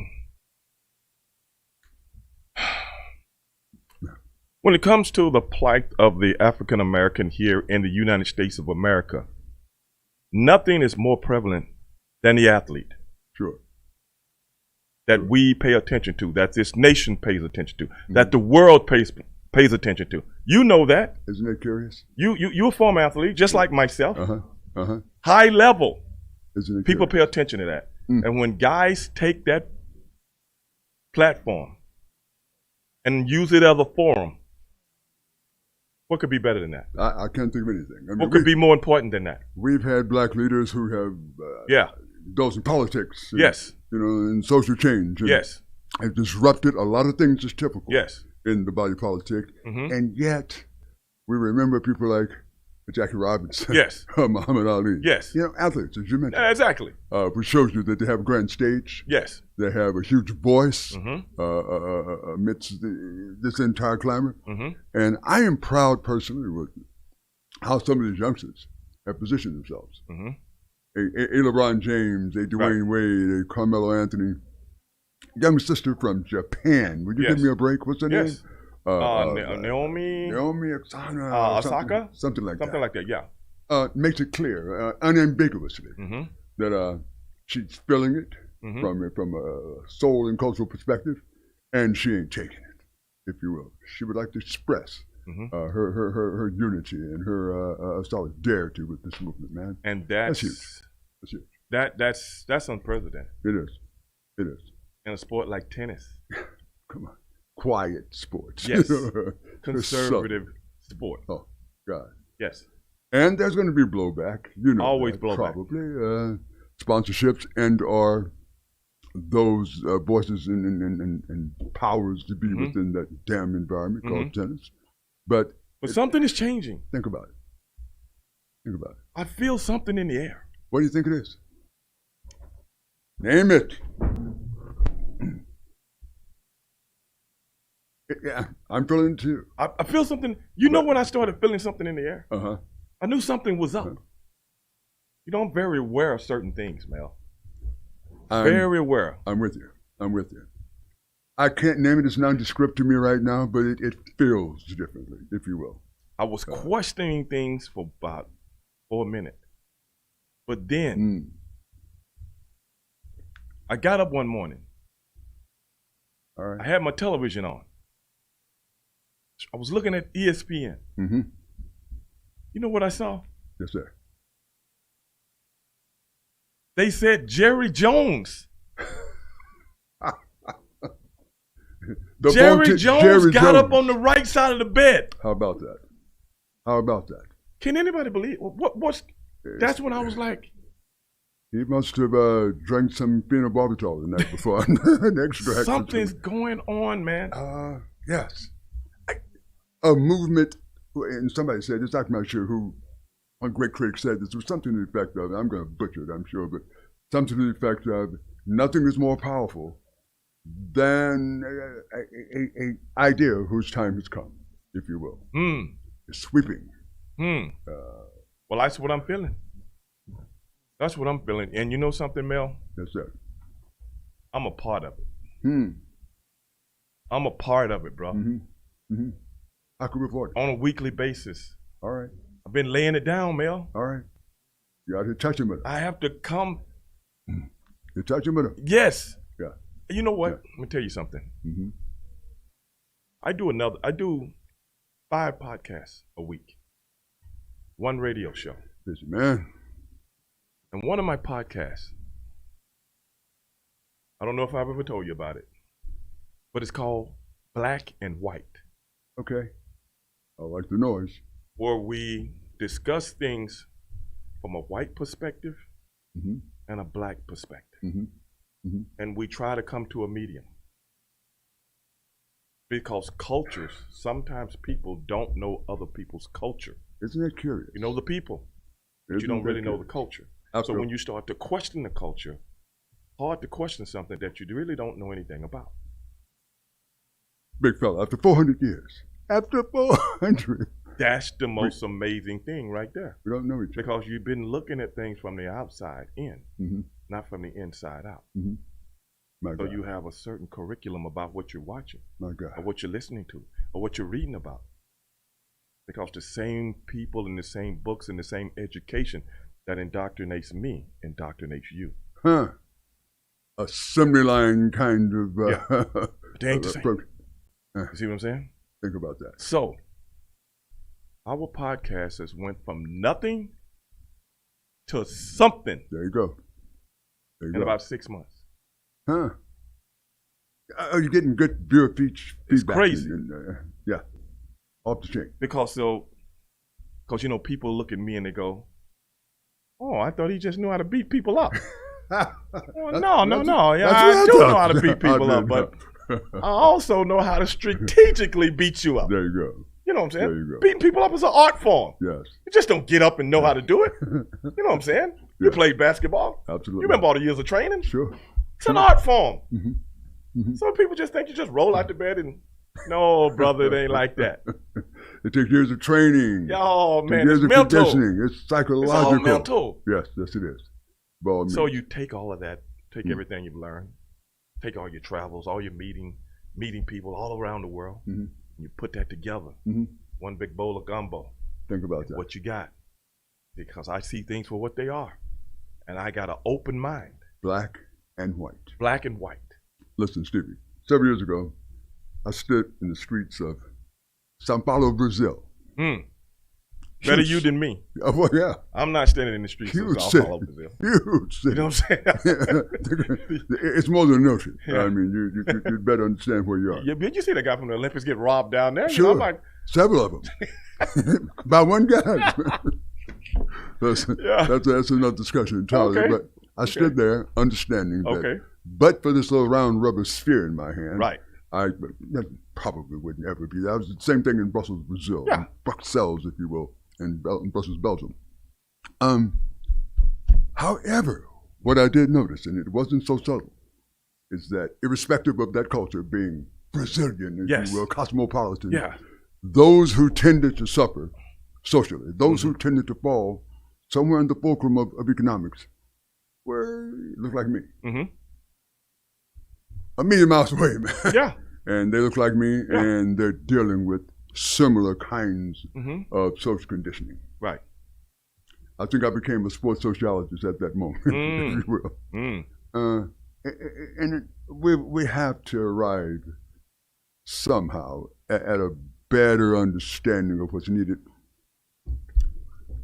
White Americans are going to have to learn a skill, acquire a skill that they've heretofore never been required to have, and it's called collaboration. Okay. Demographics are changing rapidly. All demographers are letting us know that somewhere in this next 30 to 40 years, perhaps white Americans have become something of a class minority in terms of ethnicity Well, in this country. If you look at the stats, that seems like things are going that way. Wow. What, the next 20 years, I said? 20, 25 years? Something like that? That's rapid.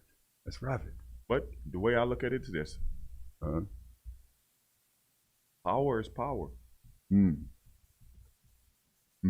Whether it's a few or many. And power is self-perpetuating. Yes. you get power to acquire more power, if you will. Yes, absolute power. Yes. It's contagious. People love it. Well, here we are amidst what people are referring to as a colossal pandemic. Yes. With an election coming up that's Yes. tenuous at best. Steve, what do we do, my man? What do we do? You know, what are we doing today? First annual voter registration. Voter registration. Midtown Bar and Grill. By all means. That is what we are promoting today. Huh. For people to come down, get registered to vote, go out and do what we all should do as Americans, constitutionally. Absolutely. Absolutely. And vote to make change. Here's a subtlety that I want to just sort of interject in here if I could. This is the big 4-year circus. Yes. If you wait until we see this, it may be too late. You know, all politics are local, some famous politicians said. And sometimes that can be more important Absolutely. to certain communities. You bet. You know what I was doing today before I came over here? Okay. Let me in on it. You know I'm into local politics. And I'm sure somebody... I try to make a difference. I was doing a food drive for one of the local politicians today. Wow. I don't want to mention the name. Okay. They didn't pay me to promote them. Mm-hmm. But if they had, I'd sneak it in. I'm sure you would. But that's what I was doing today. A food drive for the less fortunate. How about that? I mean, it's important stuff. Local stuff, but very important. I come from the perspective that you have to perhaps think globally, but act locally. Right. Your homeowners association, right? Your mud district, your school district. These little organizations have taxing authority, man. Tell me about it. They can make a difference in Hey, your I've life. been through it. And the ideas that somehow are developed there find their way up to the State House. Yeah. Yeah. Yeah. Which eventually finds its way into public policy. Exactly. Boy, come on. Come on, bro. So that's why, you know, when we do what we do, when we put these people in office, you have to hold their feet to the fire. Keep hearing that. Yeah, man. You guys agree with that? You guys agree with that? I heard somebody give you an amen. By all means. By all means. We have to. Because I heard some people talking earlier. Can't remember exactly what was saying. Where they said the politicians only come around when it's election time. That's why. That's very true. They come around because you are complacent with what they do. Take them. Do not take them at their word. Take them at their action. There you go. And you hold their feet to the fire. Because the only way you're going to get change is to demand it. Absolutely. And when they don't do what you expect for them to do and they promise to do, you get rid of them. Simple as that. Yes. Don't be like the Roman Empire. Huh. I fed you good. I entertained you good. And you forgot about what I was doing to you. That's what we see in American politics, state, local, national, all the time. Because everybody too busy to look and see what's really going on. So it's just a variety show, and we get lost somewhere in there, huh? Man, variety or reality? I hear you. Carol Burnett was variety. Real Housewives. We're going to hear him make that kind of songs. I'm reading you. I think, you know, but I think somewhere in the middle of that. Yeah. In the middle of both of them. Yeah. And is that what we are? Is that what we are? Where we are right now? I think that defines us, sort of. It truly does. We've gotten, I think, deliberately sort of complacent, and we're sort of disinvolved to a large degree. But it's set up that way. It's designed that way. Yes. As I mentioned earlier, it's there to re-perpetuate itself. Yes. Yes. And keep you at arm's length. Feed you like mushroom, and consequently, Well, you know me, Mel. I don't know about you. I don't know about all the other participants that are here for Edge Radio TV. I'm not wooed by the optics. I'm not, in essence, I'm listening. Mm-hmm. Mm-hmm. In essence, I'm comprehending. And in essence, I'm going to listen to what you say, and I'm going to remember what you said. There you go. You're not buying into the clown show. And when things don't take place, I will remind you. I love it. I love it. 20 minutes after the hour, we're talking with Big Stevie Ray Vaughan. I'm your Not host, Vaughan, Big Mel. And, but it's Stevie Ray. You be like Stevie Ray. A lot of people used to call me that. Why not? I don't know, man. You know what I'm saying? I'm like, wait a minute, dog. I don't play a guitar. And you weren't supposed with to a make feather that. in my hat. You weren't supposed to make that distinction. We're supposed to move right on. You know? We'll be back. I in a love the moment. guy, though.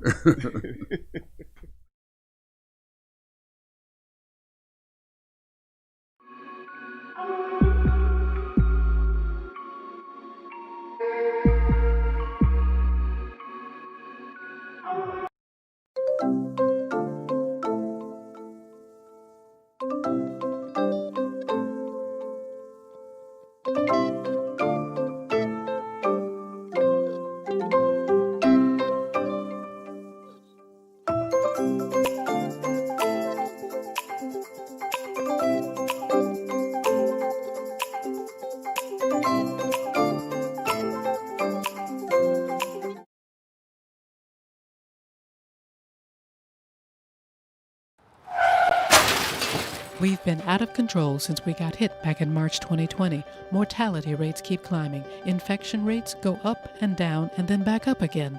How long will this go on? No clear answer. Will a vaccine even be effective as this virus continues to spread and to mutate? No clear answers there either. I'm a trained nutritionist, herbologist, personal trainer, behavior modification, and stress sciences expert. I'm also a COVID-19 and pneumonia survivor. I've watched the continuous wall-to-wall news coverage, and while yes, wearing a mask and social distancing are crucial now, you're not being given important tools that you need in order to fortify your first line of defense, your best line of defense, which is your own immune system. What's going on here? There are simple, affordable, and natural ways to help build your immune system to fight any virus or bacteria now, and it starts inside of you. That's why I need to invite you to join me for Beyond the Mask, an intimate talk about vital ways to immediately begin boosting your immune system. Are you worried about the potentials of a second wave? Are you concerned now that your immune system may not be strong enough? Let me show you now the changes that will allow you to optimize it. Let me show you how to maximize your exercise benefits in a 12-minute routine that you'll do every other day to easily increase your metabolism, strengthen your respiratory and immune systems, and give you better circulation throughout your body.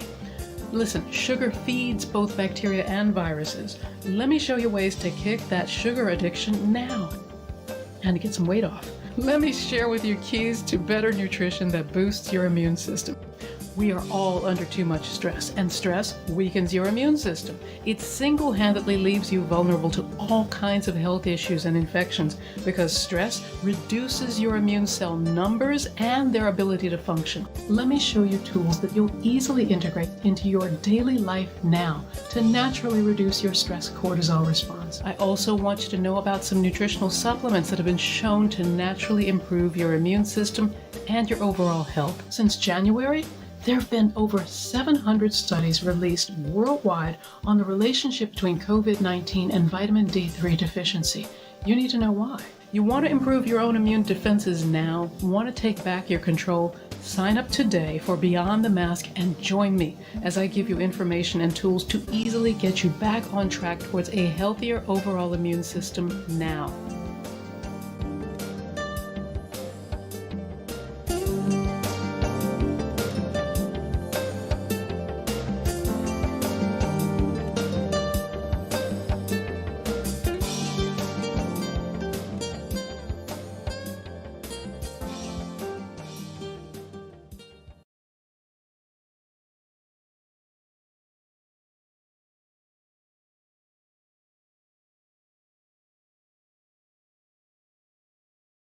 We work our whole lives to support our families. With one accident or illness, it can all be gone in an instant.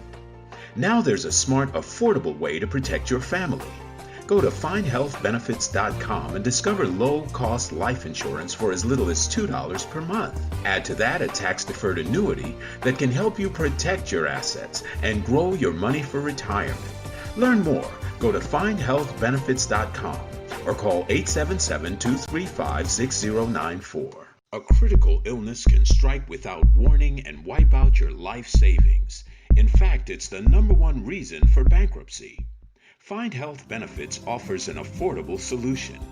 Get up to $50,000 if you get cancer, stroke, or a heart attack, giving you the peace of mind to focus on getting better while the plan helps you to pay your bills and medical expenses.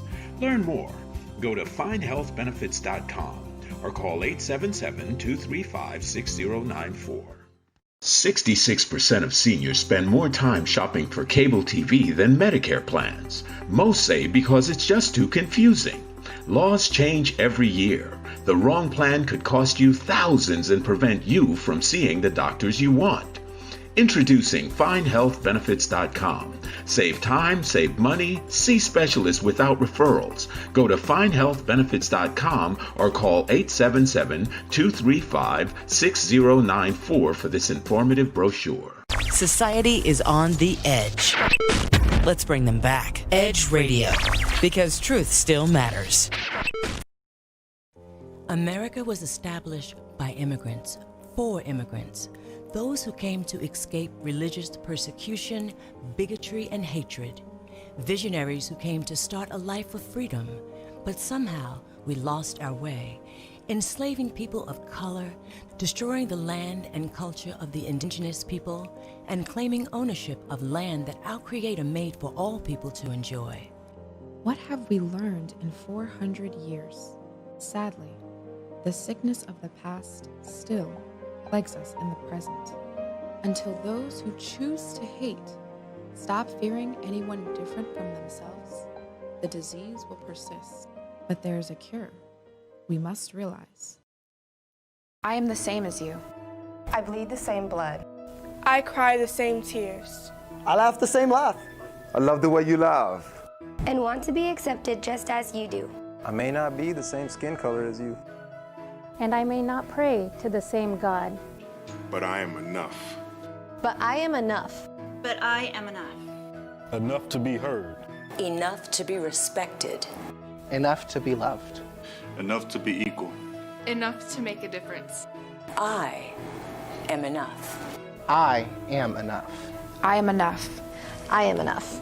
I am enough. I am enough. I am enough. I am enough. I am enough. Change is up to you. No matter your age, race, religion, or sexual orientation, take a stand. If you're in the presence of someone spewing hate from their heart, say something. Be vocal. Don't stand for that kind of ignorance. True change cannot be achieved with silence. Educate your family and friends who want to help but aren't sure how. It's time to stand up and become the change we want to see in the world. Together, we can make a difference.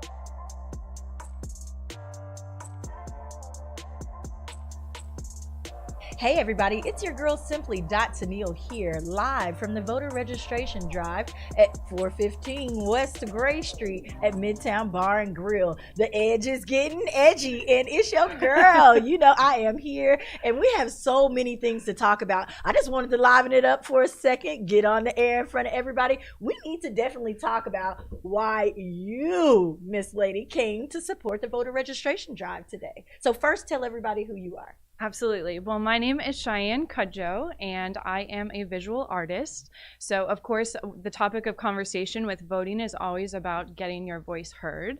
And that's also the same with visual arts, just in a different way. A lot of times with visual arts, you're speaking without words, but it's just as important to express yourself, both at the voter booth as well as in your individual life. Express yourself. Y'all know that I am phenomenal at that. I'm just saying, I do exactly that every day. I can't help but be myself, and I definitely want my voice heard. I want each and every one of you to take this super serious right now. You know, we tried to get lots and lots of, you know, the young kids, the first timers out to register to vote, because really that is a super duper important part. Oh, you know, absolutely. We're on the verge of, you know, the economy crashing and all different types of things. You have to have your voice heard so that you can survive through these times. The politicians that you put in place right now will be those very people who make the decisions.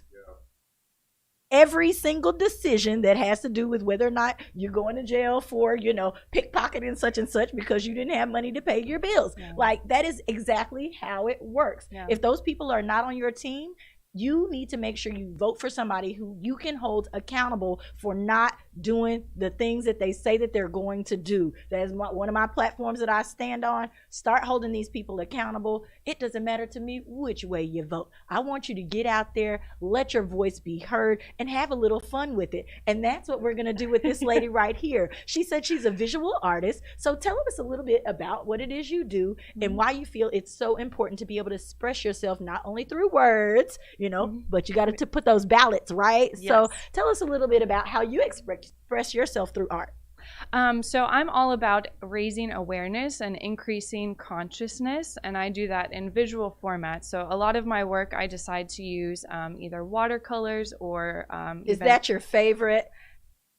My favorite kind watercolors seem a little messy. You like to get your hands You know, dirty? It's such a dichotomy because it has so much freedom, but you can also be very controlled with it. So it is a challenge to utilize a lot of times. That may be why I like it. Okay. But I also do acrylic and oils, and I do like to get my hands dirty with some woodwork and some carpentry. So I do have my set of power tools. Yes. Okay. So everybody, you see how important it is when you do hone in on a skill. You need to be diverse in that thing. We need to be diverse in making our decisions.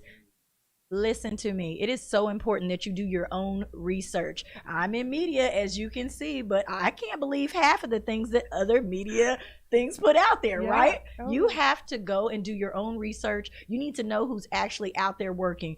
The Edge Radio, we're here. We're in the community right now. We've invited several people out to come and speak to you and tell you what's the real and what's going on. And then you got to hold them accountable once they do what they say they're going to do. Absolutely. I think just as important as doing your research and understanding who you're voting for, I think it's equally important to do the research on yourself, understand who you are as a person. And you talked about being real and expressing yourself for who you are. I think so many people are afraid to do that.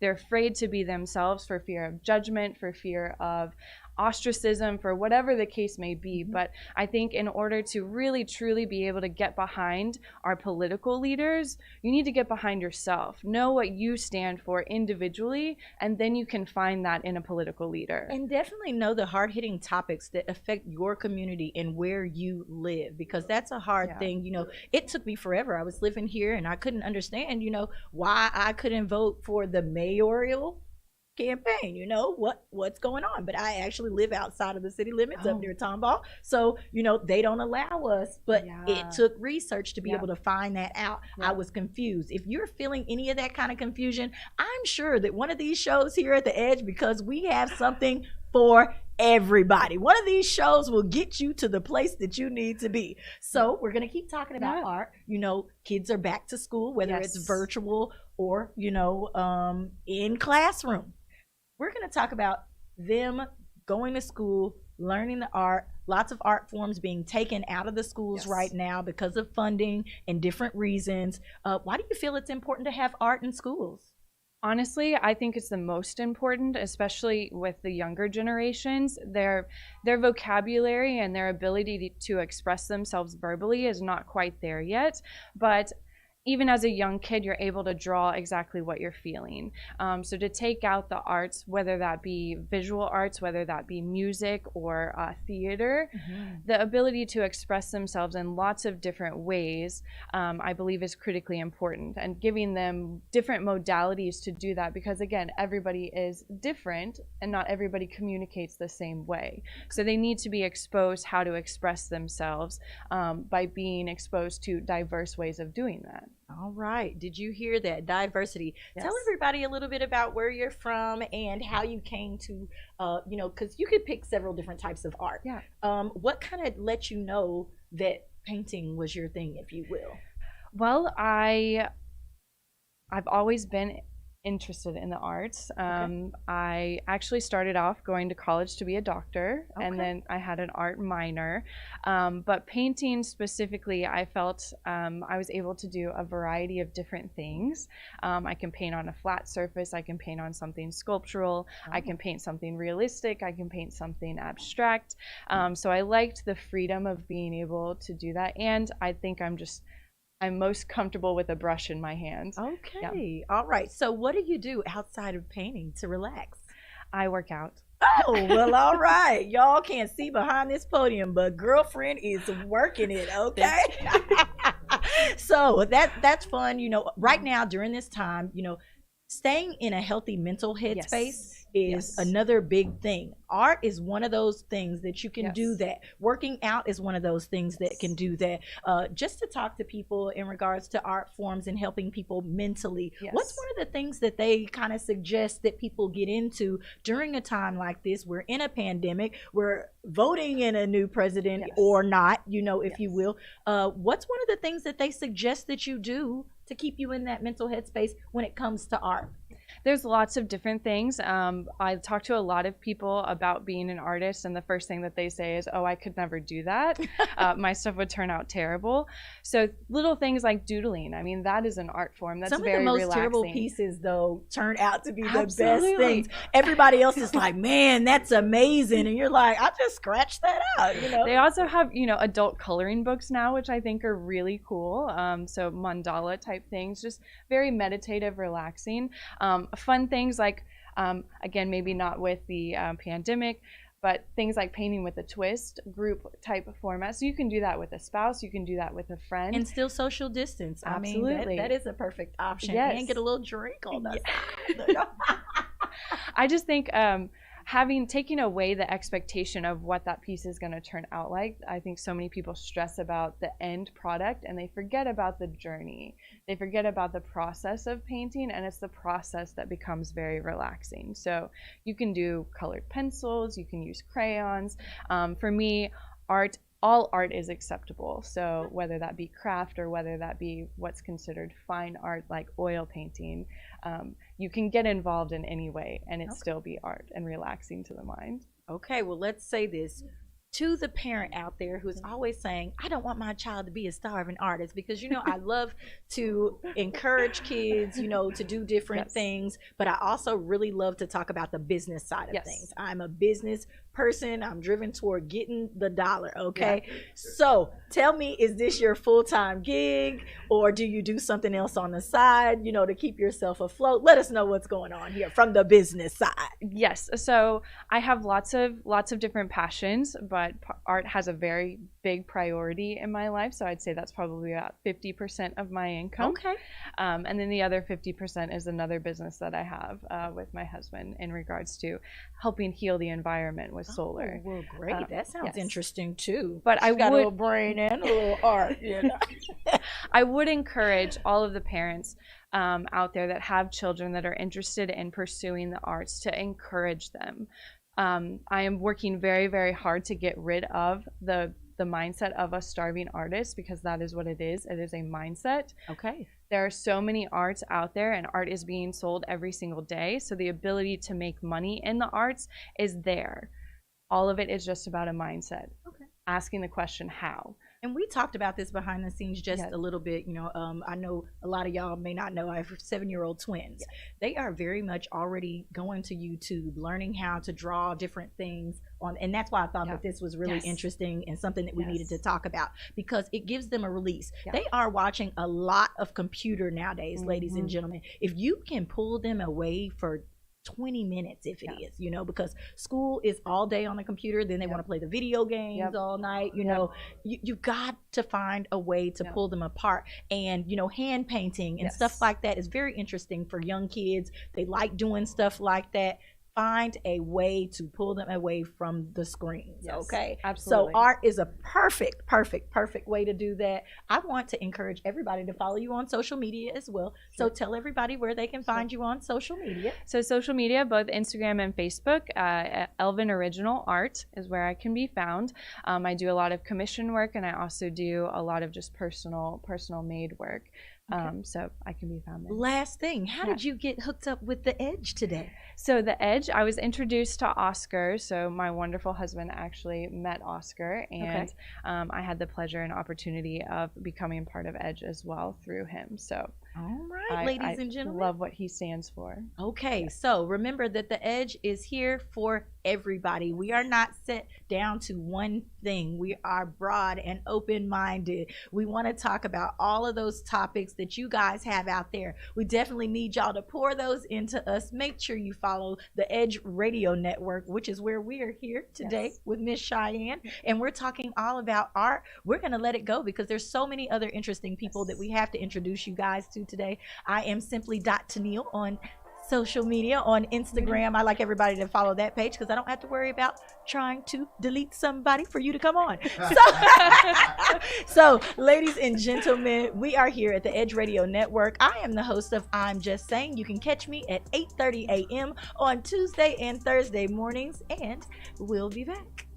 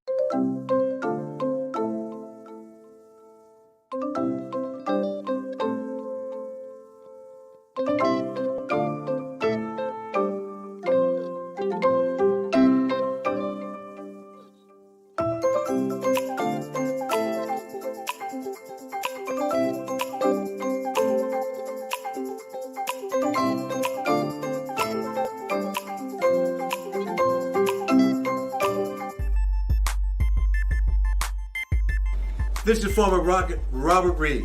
This is Mel Jewell of Athletes United. And we want to talk to you of our new program and podcast. We're talking about former athletes who are doing a lot of things in the community. Various athletes in various sports. Swimming, track, soccer, football, baseball, you name it. Former and current athletes here in the greater Houston area. All promoting wellness, health. All promoting that which makes us all better. Of Edge Radio, truth still matters.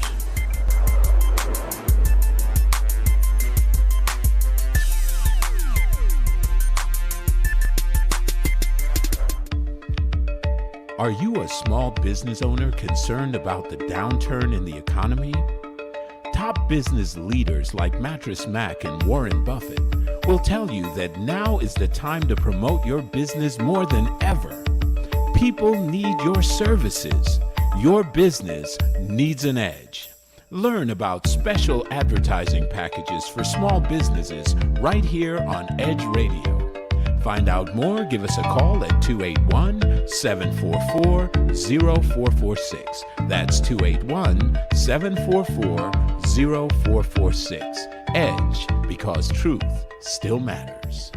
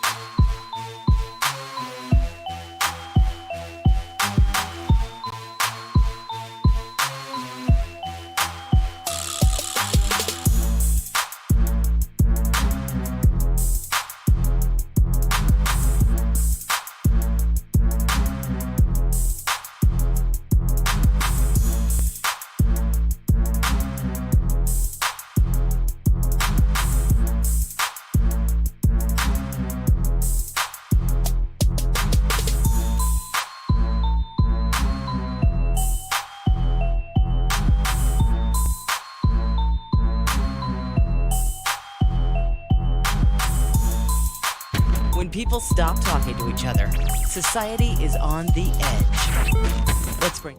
America was established by immigrants, for immigrants, those who came to escape religious persecution, bigotry, and hatred. Visionaries who came to start a life of freedom, but somehow we lost our way, enslaving people of color, destroying the land and culture of the indigenous people, and claiming ownership of land that our Creator made for all people to enjoy. What have we learned in 400 years? Sadly, the sickness of the past still plagues us in the present. Until those who choose to hate stop fearing anyone different from themselves, the disease will persist. But there is a cure. We must realize. I am the same as you. I bleed the same blood. I cry the same tears. I laugh the same laugh. I love the way you laugh. And want to be accepted just as you do. I may not be the same skin color as you. And I may not pray to the same God. But I am enough. But I am enough. But I am enough. Enough to be heard. Enough to be respected. Enough to be loved. Enough to be equal. Enough to make a difference. I am enough. I am enough. I am enough. I am enough. I am enough. I am enough. I am enough. I am enough. I am enough. Change is up to you. No matter your age, race, religion, or sexual orientation, take a stand. If you're in the presence of someone spewing hate from their heart, say something. Be vocal. Don't stand for that kind of ignorance. True change cannot be achieved with silence. Educate your family and friends who want to help but aren't sure how. It's time to stand up and become the change we want to see in the world. Together, we can make a difference.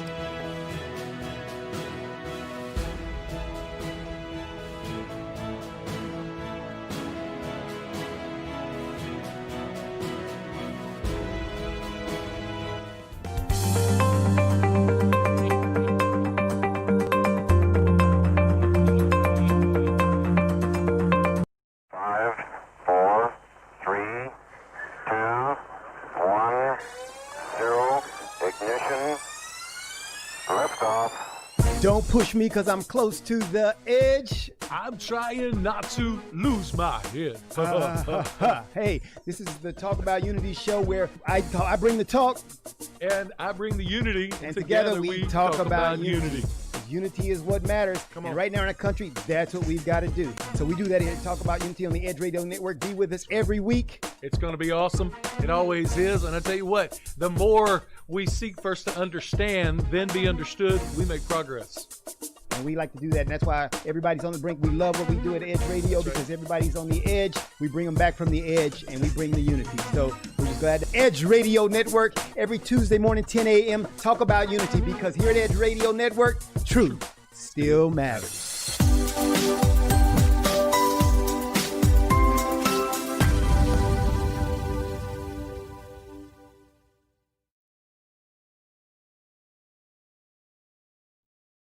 Hey, 大家好，我是傅凯，这是我的好朋友 Chris Holland。 I'm Chris Holland, your Harris County clerk.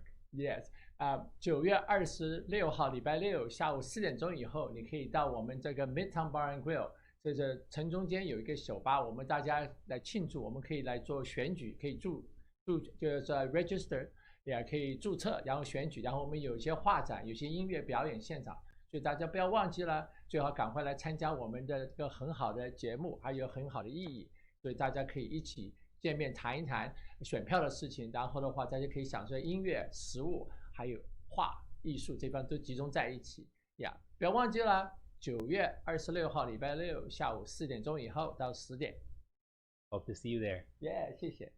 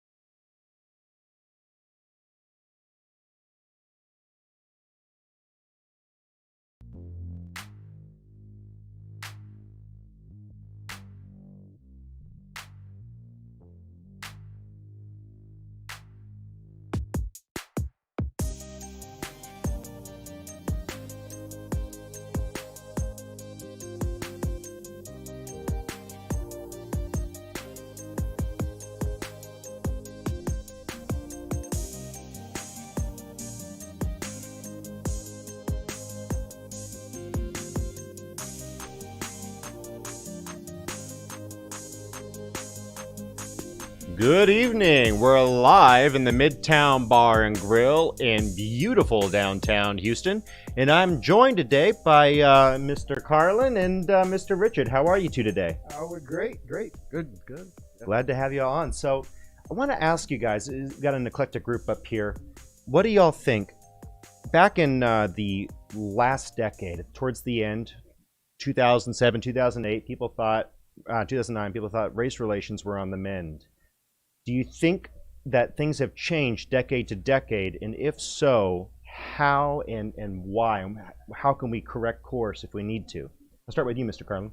Okay, yeah. Oh, I've definitely got an opinion on that. Of course, I'm the executive director of Erase Race, which is a concept I came up with a few years ago where I said race is the villain and we kind of need to do away with that concept. And so I've been analyzing this definitely over the last decade and more.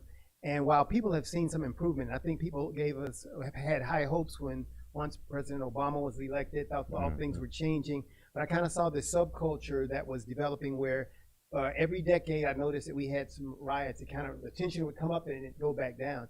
And that was still the trend even under President Obama. And we had several incidences, racial incidences during the Obama tenure. And so I've seen it continually on, and it's been going up. And then, of course, in 2016 with the election of President Trump, it continued to just escalate. And so I think we kind of got here through a series of events and our history that has not been corrected. There are a lot of things, and a lot of it has to simply do with the interaction that we failed to have. In other words, we legislated the things that made us integrate, but we never really built the relationships necessary between each other to go forward in our country. So I don't think we've really made the progress, and now is another opportunity for us to do that. And Mr. Carlin's a deep thinker. I love listening to your show, Erase Race. It's always phenomenal. Mr. Richard, what do you think? Do you think we're getting better, or do you think we're getting worse? Well, I've been around, I think, longer than everybody up here. And I was a cop in Miami in the 60s. I worked for the Miami Police Department. So I went through the racial tension that was down there in 1968. I don't think the core problems have ever changed since then. And I think What would those core problems be? Well, the core problem is that, I mean, currently we have a middle class that's disappearing, but I think with the black race, there were people that were relegated to being poor and have been kept poor by politicians since I can remember. How have politicians been keeping people poor? It's an interesting claim. It's amazing that our politicians are living in 6,000 square foot homes and they have bodyguards and they drive fine automobiles and they go to Congress and they get all this money allocated for places like Miami and Baltimore and Detroit. And yet that money disappears and they continue to live the good life, the politicians that have no term limits. Mm-hmm. And the people that are on the street stay on the street. They don't get any benefit out of it. And everything becomes political.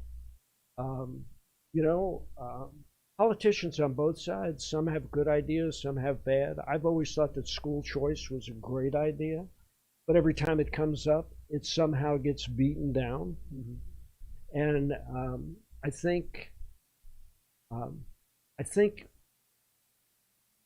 when Obama became president, what it did is it gave great hope to the black race that a black man could be president. However, he got there and he didn't do anything for the black race that I could see. Well, with a lot of these politicians, and that's an interesting point, a lot of these politicians, what I see them doing is, and I saw your face light up. I want to get your reaction to that in just a minute. Yeah, you were moving. I want to get your reaction. I want to get your reaction. But I'll throw my 2 cents in here. And I love these conversations. If you guys don't tune in to When Opinions Collide on Thursdays, 11 to 12, we have these conversations all the time. But my limited experience and take, my research is just kind of points to, I think if we are dividing people based on superficial external characteristics, anytime you divide people based on not on values or beliefs, but you divide and group by superficial external characteristics, you are going to put someone in the hole. If you value people as God-imbued, valuable people, God imbued this value into the human being when he created us. If you don't have some sort of sense of a higher power, there was someone in, I forget if it was Uganda, I forget the nation, but he said, he's an atheist, a strong atheist, but he said the Christian moral that there's something, anything that says there's a higher value would save our country. And that country's gone further and further. We have to have some sort of higher value to seek. And I think you have to judge people on who they are as opposed to what they are. The content of the color, or the content of the character, not the color of the skin. But I want to come back to real quick. Okay, yeah. Because I saw your face. I want to advance this conspiracy theory because it plays off of what he was saying. And he was basically, that these people, the politicians, are there for themselves, and the poor people stay poor, and everything kind of stays the same. I want to advance that this way because I really think that's very much true. Because one of the things, and I blame public education for not giving us more critical thinking so that we really think deeply about these things and we can begin to make assessments based on reality. And so public education created us where we just kind of said, okay, yeah, just keep moving on, and we never have grown. But every time an issue, and one that we agree on 100% comes up, something distracts us. And I'll give an example, one that he used. He talked about term limits. I have never met an individual yet, and I've done this, and I've asked people, what do you think about term limits? 100%. So there might be somebody here that says, I'm not for term limits, but I've 100%, everyone agrees on that. So the American people agree 100%. If that happens, and a politician, which happened last year, about 10 months ago, a politician brought that up and said, a senator said, we need term limits. Amazingly, this event happened, this huge, Black Lives Matter was funded, and now everybody argues over Black Lives Matter or All Lives Matter or Blue Lives Matter. We argue about that, Absolutely. And we forget about the fact that everybody agreed on term limits, and nobody addresses that. So that's my conspiracy theory. I go, whoa, big distractor. And I think there's something to it. Well, how do you line your pockets if you're limited in term. Agreed. As a politician. Of course. You have politicians that have been there for 40, 50, 60 years and have never done anything else in their life and have amassed this great wealth. Well, how do you amass that kind of wealth? Yes. Well, you know, if you push what gets you wealthy, like the teachers union, or like big pharma, you know, the cost of drugs. I mean, I went through cancer for 27 years. I'm so sorry. I looked at some of the bills. Luckily, I had insurance. I looked at the bills. They'd give me an infusion. $52,000 for a quart of something. Well, that's now, another conversation to have, why the government shouldn't be involved in regulating that. But right. they're just bad at everything they do. But it's all into the same bucket. And the problem that we have is the people that we put in Congress, in order to do something like term limits, you need a supermajority. 51 votes don't hack it. Well, we've had supermajorities before and not gotten anything because certain people are beholden to special interests. Exactly. And if you look at it, whether you love or hate Ted Cruz, most people can get behind this when he said this. He said, most politicians, they weren't the cute one, they weren't the cool one, they were not the jock. They're old, losing their hair, and they're stupid, and they're 40 years old, and the only thing that they have is, yes, Senator, yes, Congresswoman, yes, whatever it is. They love that fame and that power. And so they'll do anything to stay in power, including promise the world and deliver nothing to the community that they swore to uphold their values. That's true. And on the ideology side of that, there's a author, Isabel Wilkerson, who wrote a book called Caste, The Origin of Our Discontent. A book, it's number 2 on the bestseller list right now, which makes a really good case for where we are with this concept of race. And it basically says that we've built into America a caste system, and which I call race. She defers to it as race summit. If she said race the whole time, it'd be exactly my belief, because she says that, and it doesn't allow people to escape out of that situation. And so that kind of feeds into all this. It feeds into not just skin color, but how society sees you, and you can never escape that thing. So people who are down there, and politicians have a reason to keep them down there because they're in that class system. So. And I forget who said this, but it was about the Greco-Roman Empire.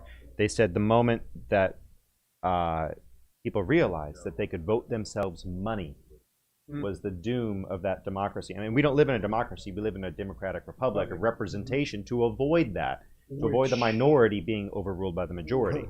Which now has become somewhat worse if you look at what's going on during this pandemic. Now we have fiefdoms that are built in cities where mayors now have the ability to say, you can or cannot do this, or you can or cannot have that.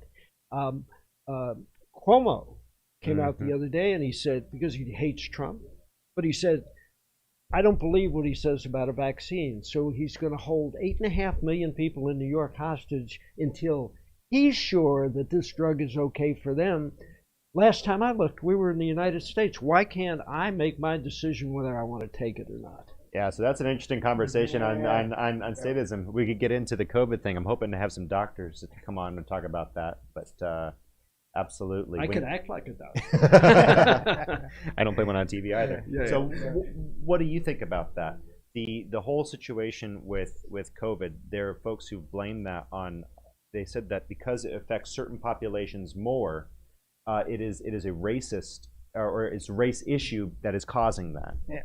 And so once again, and race is a catch-all for everything that happens. First of all, you don't get to double down on it simply because you use it in the first place. If you have people segregated and separated based on skin color, and then if the hurricane comes into town and it hits one particular part of the town, then it would get a large majority of that percentage of the population because they're all together. So we've doubled down on it by, first of all, installing racial ideas, racial practices, segregation, and so anything that happens then becomes race. And so it furthers, it makes everybody go, wow, it reinforces the fact that, wow, race is real, because they look at the results, from what they've done. Well, it's confirmation bias primarily. But then if you want to talk about systemic discrimination, obviously we had real systemic discrimination not in a lot of people's recent memory. I mean, as late as the 60s and 70s, 80s. But some people say there's systemic discrimination today, and I don't know if I would agree with it in the term of the 60s or 70s, but I think there's a new sort of situation that LBJ brought in when he started pushing, you can have this welfare check if the man's not in the house. Yes. You can have that. So what are your thoughts? I'm going to go to you and to you, and we'll come around. Well, two things. The first one is, when you say systemic basically could also mean that we've got poor leadership. You know, I agree. So I would Amen. call, that's what's systemic. If you've got poor leadership, then they will continue to do the same old things, and they don't fix the problems of a bad system. Because they want to run the same issue. Yes, because a good leader will fix a bad system. I mean, you look at the system of slavery that we had. We got Abraham Lincoln, and that went away. Now people argue about that, but it went away. So that's the answer to that. And so I think you can do that. And then the fact that the follow-up, what was your other point you were talking about? So I was saying, ultimately, LBJ setting it up so that the man could not be in the home to receive welfare and targeting the black community specifically.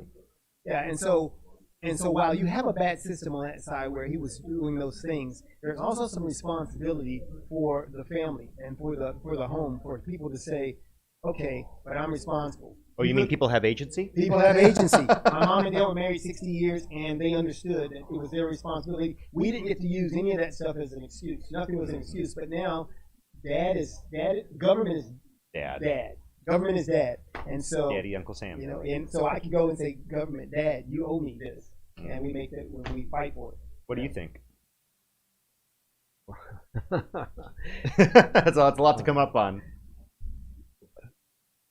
I saw a movie, an older movie, you know, a Netflix thing during pandemic, you know. Sure, a lot of that going on. Jingo. And what stuck out, I mean, there was a lot of violence and all of this, but what really stuck out to me was that when he came in and destroyed the plantation, he destroyed the master, you know. Mm-hmm. All the slaves that had a built-in caste system that was set up by the white master, they didn't know what to do. They were freed, but they had nowhere to go and nothing to do. And what I think politics has done is they're created that same caste system like with LBJ. The more children you have, the more welfare you get. But you can't have a nuclear family. We want a voting block. And so now you have these children that have no father figure, and you create this voting block problem. Yes. So this is a really interesting conversation. I think I don't know if we're coming up on a break, and who knows? We may or may not be back when this commercial break is done. We're just sort of rotating through. I think Vince said we're done. Vince says we're done. So I want to thank you both for coming on. How can people reach you?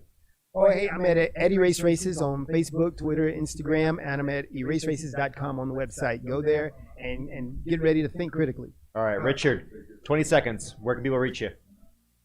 I only have like home phone numbers. Well, don't do that. Don't do that. Don't do that. So, he's 75. I mean, what do you expect? Well, my name is John Arthur Fiala. Right. I am with When Opinions Collide. You can find us here at this station on Thursdays from 11 to 12 now, at Opinions Collide on the Twitter.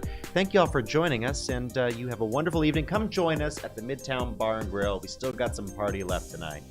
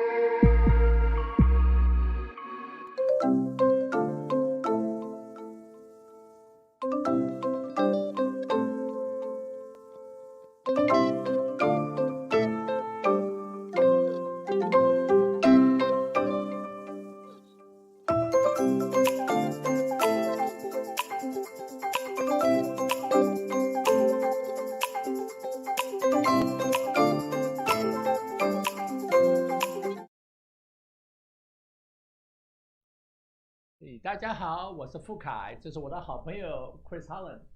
I'm Chris Hollins, your Harris County clerk.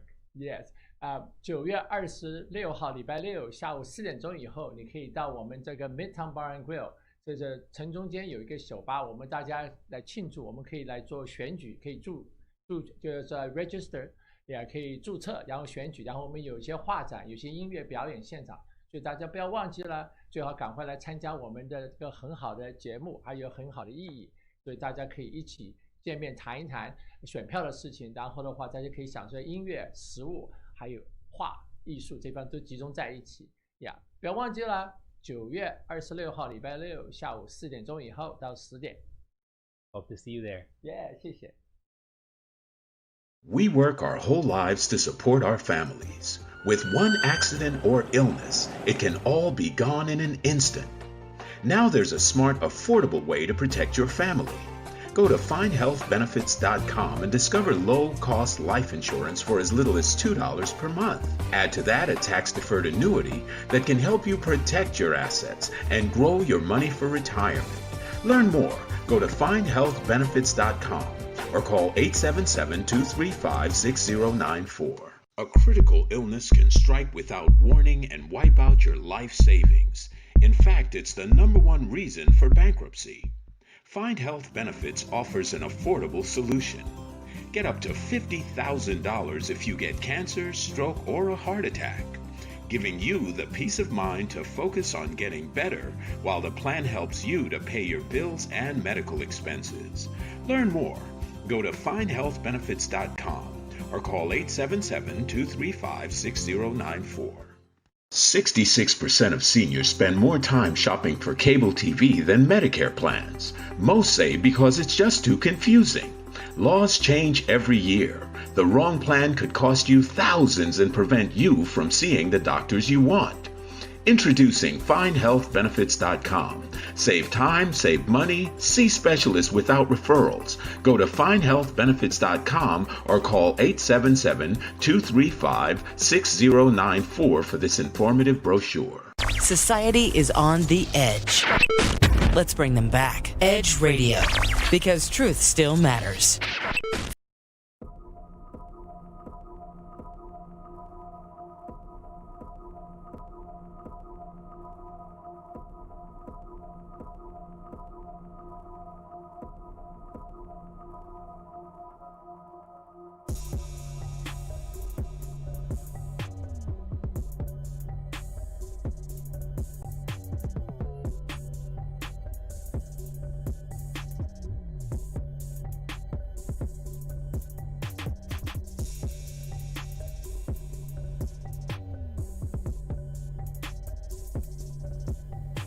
Welcome to the Tony Talk Show. We are here on Wednesday mornings at 11 a.m. on Edge Radio.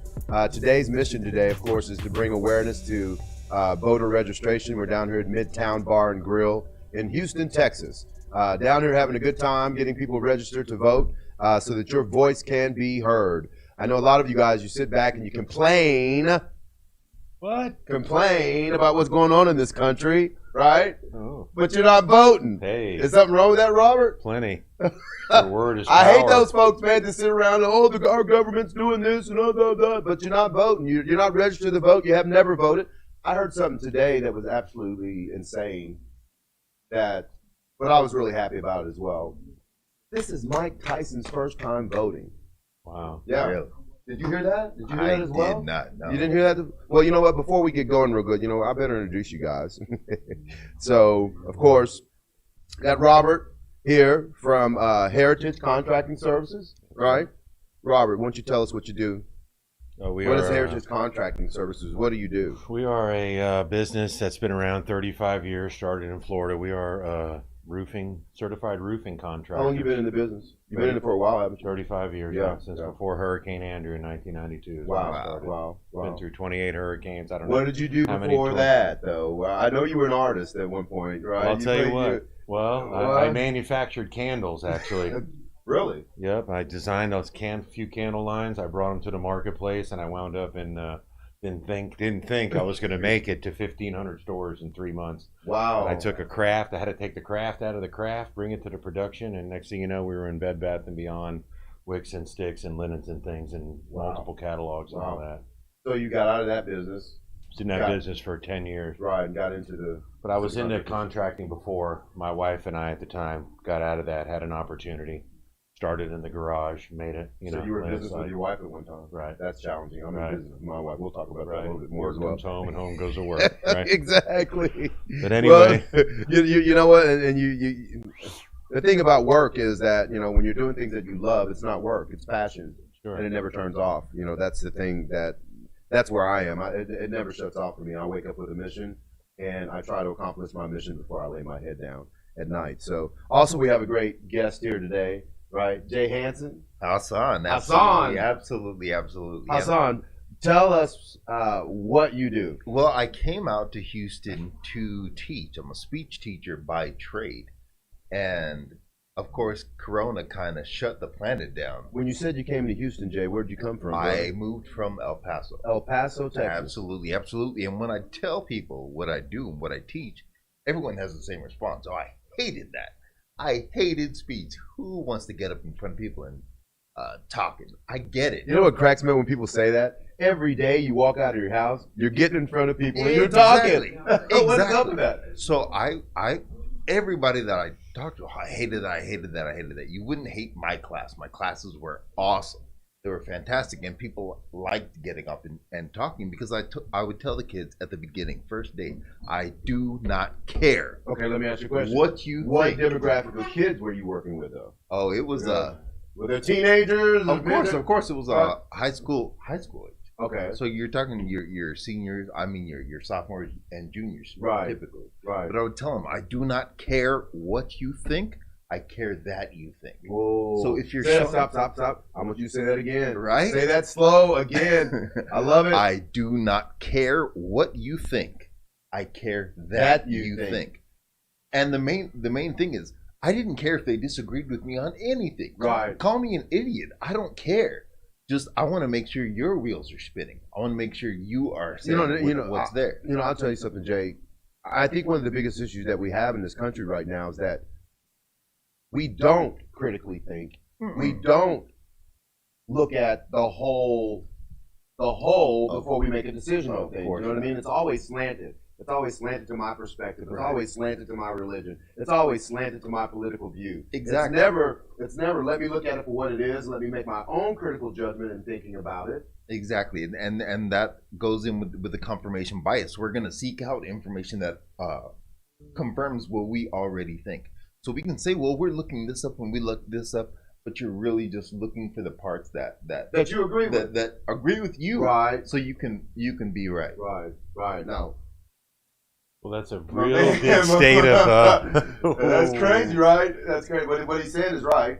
So well, sure, what is your perspective on that one? Well, any new information, the first thing we want to do is balk. And a lot of our thinking has been handed down from generations to generations. So along with everything we've talked about here on the show since I've been around tonight. And, it's just really at the personal level and at the local level is where we start making changes like you do in the classroom. We do at the door. Right. Absolutely. Tony and I met because he's involved in solar. I'm in roofing. So we got the cake and we want to put the icing on. Absolutely. It's a perfect match. And we met at the gym, doing flies right at the corner there. Absolutely. And long story short, he took a picture of my card or my sign on my truck 2 months before that. Yeah. Perfect. And lo and behold, through, paying attention to your intentions about how you want to collaborate to dominate your industry, make a dream work, bam, we meet in the gym. There it is. Like most of us and here. we both had the same mentors, pretty much. Pretty much the same people. It was like, it was so ridiculous. The law of attraction was at work. Well, what people don't understand, again, guys, today what we're actually talking about is we're talking about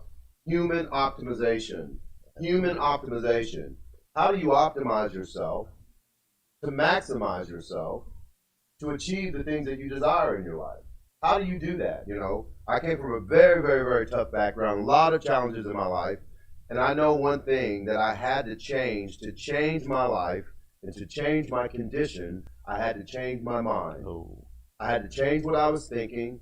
I had to change living a life full of excuses. I had to take responsibility for what I was thinking, take responsibility for what I was saying, and then I could take responsibility for what I was doing. And then my life changed. And I know you and we talked about that. And you had to do the same thing, didn't you, Robert?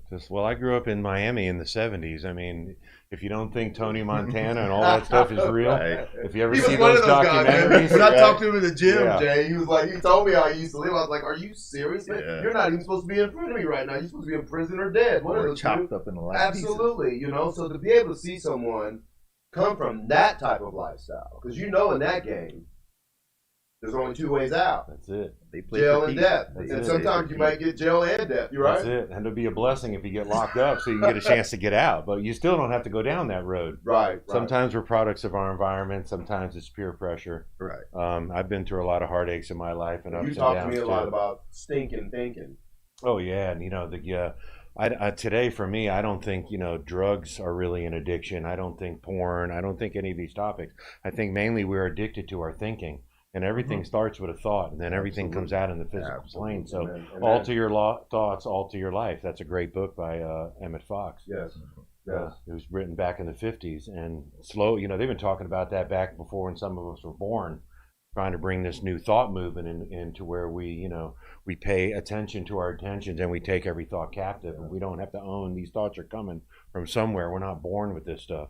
So it comes from, Pompous, it comes from the radio, it comes from the neighbor, it comes from somewhere. Yeah. And either we entertain it or we don't. And but I think today, in today's society, we're more towards taking every thought captive now. And there is a shift going on in the world. Absolutely. There's still some resistance and people that don't want to change, the naysayers, the haters, that don't want to flip And those over. are the folks we need to get out of office. Hey, listen, I'm going to tell you the truth. Those old way of thinking, those old ways of doing, just like what Richard Farm was talking about, we need to have term limits. Exactly. Okay, if I can get elected and stay there forever, that's not right. I mean, nothing in this And it's world. it's not to my advantage for anything to ever change. It won't. So if I sit here, I can keep it going. And the let me right ask you way. a question, Jay. Do you think that is the disparity right now that's going on? Why people are saying, "Hey, you know what? My voice doesn't matter." It is. Why should I vote, man? Well, I You know, mean, my one vote is not going to count. There are a million different reasons, but of course, one of them is the winner-take-all system that we have per state with the electoral college. I mean, no matter how many votes the losing party gets in Texas or any state, the winning party is going to get all of the votes, even if it was a 50-50 split or 51-49. I mean, that's not representative of what the people wanted, but that's what happens. And the distinguished gentleman earlier was saying, well, the black vote is like, what, 80-90% Democratic. So we need to, but our neighborhoods and situations don't change. So we need to be strategic with our vote. Well, yeah, but black people haven't voted a lot. Right. And I get it. I'm not saying, oh man, it's terrible. You guys just don't vote. No. My grandmother voted once in her life. Once. Now, she was a sharecropper in Georgia as a little girl. Wow. Then moved to New Jersey in the Great Migration. Right. So she came up through all of it. So she votes for Kennedy. She was like, he's going to do something. And they shoot him. Right. And she says, So now- okay, yeah. I get it. Yeah. I get what you're going to do. If someone's going to do something, you're going to get them out of it. Right. So I get feeling disenfranchised and feeling Absolutely. helpless. But the one thing that you were saying is we've got to get rid of all this old thinking and old habits. I love the young generation right now. I absolutely love the young generation because they are doing something. Well, they're questioning the way we're doing things. They're questioning it, critically and they're demanding answers. And they should demand answers. And the thing about that is that I love the fact that they're questioning the way we're doing things. Absolutely. But they're questioning it in a way where they're saying, hey, you know what? There's a better way. There's a new solution. There's something else we could be looking at. Well, I have a problem when we're not looking at things the proper way. Right. And I believe to look at things the proper way is we have to look at things from a human perspective, not a black, not a white. We talk about this all the time in the gym. What you're like, all lives matter. Every single one of them, and I have realized that, in my business, I have a diverse line of employees, if you will. I have black, white, short, tall, fat. It doesn't matter. I'm hiring people based off of their character and their ability to do the job. That's all I make my decisions based off of. I don't care what kind of car you drive, what neighborhood you live in, who your mama and your daddy was. It doesn't matter to me. What matters to me is what is the color of your character. Are you going to bring positive energy to my company? And are you going to progressively think and help us to become better every single day? And I know that's one of the reasons why you and I connected on business, because you have the same principles, same philosophy. And of course, and the gentleman that was speaking here earlier about, the higher power, the universal pull, the the definition of humility, having sense of receiving something through God's grace, that we are not the end all, that we are co-creating. There's a bigger thing with going on here. Right, we're creating with the creation. So stop worshiping so much the creation, but let's worship the creating. As we come together in a country divided and feel separate. Why would a man sit home today and it would be easy for him to say, my vote don't matter. I'm going to go here. The greatest when there is power in one vote. Sure, absolutely. We have to stand for something, or we're going to fall for anything. Absolutely, so, it's the truth. It's the truth. And right now, we need to draw the line in the sand and say, this is what I stand for. This is what I believe in, and I'm not going to compromise on that. I believe in unity. I believe that we all should have an opportunity to wake up in the morning and create the lives that we desire. And we live in a wonderful country where that possibility is there for us every single day. But once again, we have to understand who we are, and until you really know who you are and where you fit in this world, how are you going to play a role in this world? How do you do that? You're working with kids, you work with kids, right? And so you're nurturing them up, right? You're growing them up through speech. Yeah. And what do you think is the biggest, because I talk to so many people and they're like, Tony, I have such a great fear of speaking, public speaking. Of course, and that's why do you think one of the first. That's one of the first things we go over. We go over just about everything like first day. Like, you guys do not want to get up in here, and I get that. I absolutely. But the reason you don't is because you're hyper aware of what other people may be thinking, but they're not thinking about whatever they want to think. People are going to think what you tell them to think, and. Do you think that's wrong or right? As soon as I say that, I always see the looks. Mm-hmm. Oh, really? Oh, yeah. Yeah. And I say, see, you getting offended, you're not going to tell me what to think about. Right. Proves that you're thinking about what I just told you to think about. Right. Now use it to your advantage. If you don't want people looking at you, describe something visual. The brain is going to go there. Right. It has no choice. Right. The mind is complex. The brain is simple. You tell the brain what to do, it does it. It's going to. Well, that's and that's what we talk about through human optimization. Understanding the laws of your body. Absolutely. There are certain laws that govern your mind. There are certain laws that govern your body. There are certain laws that govern this whole existence that we live in. Right. And for you to understand those laws and learn how to master those laws, then you can manipulate and change your life into anything that you desire, and you can help as many people as you desire to help. But at the end of the day, you got to know who you are and know why you are. We talked about and chasing that almighty dollar is that the dollar is energy at a later date. So if you can find out who you are, what your passion is, and you can go out to a neighborhood, see somebody's need, go an extra mile, cut a few trees down, have a talk, see their desperation. I mean, the hurricane hit over there, and where I live, the power went out for 3 or 4 hours. Where we live. Yeah, absolutely. And it's like, I'm 200 miles from this, and the grid went down over here. Guess what, Robert? We're all connected. Nobody wants to see that. Yeah, nobody wants to see it. But I'll tell you, after the tornado ended and everybody came out of the storm shelter to see the reality of it all, then you started seeing people come from everywhere who didn't want to hear nothing about it. So when you knocked on their doors, you were down in Lafayette, down in Lake Charles. Did they ask you what your religion was? Did they ask you what your political didn't look at my color was? Were they happy to see that you were there to help them? That's all that matters? I mean, when the Good Samaritan group down there said we need flashlights and all that, and then you go there and they're like, well, here, I say, here's the flashlights. They're no, follow us. Wow. They wanted you to get the experience.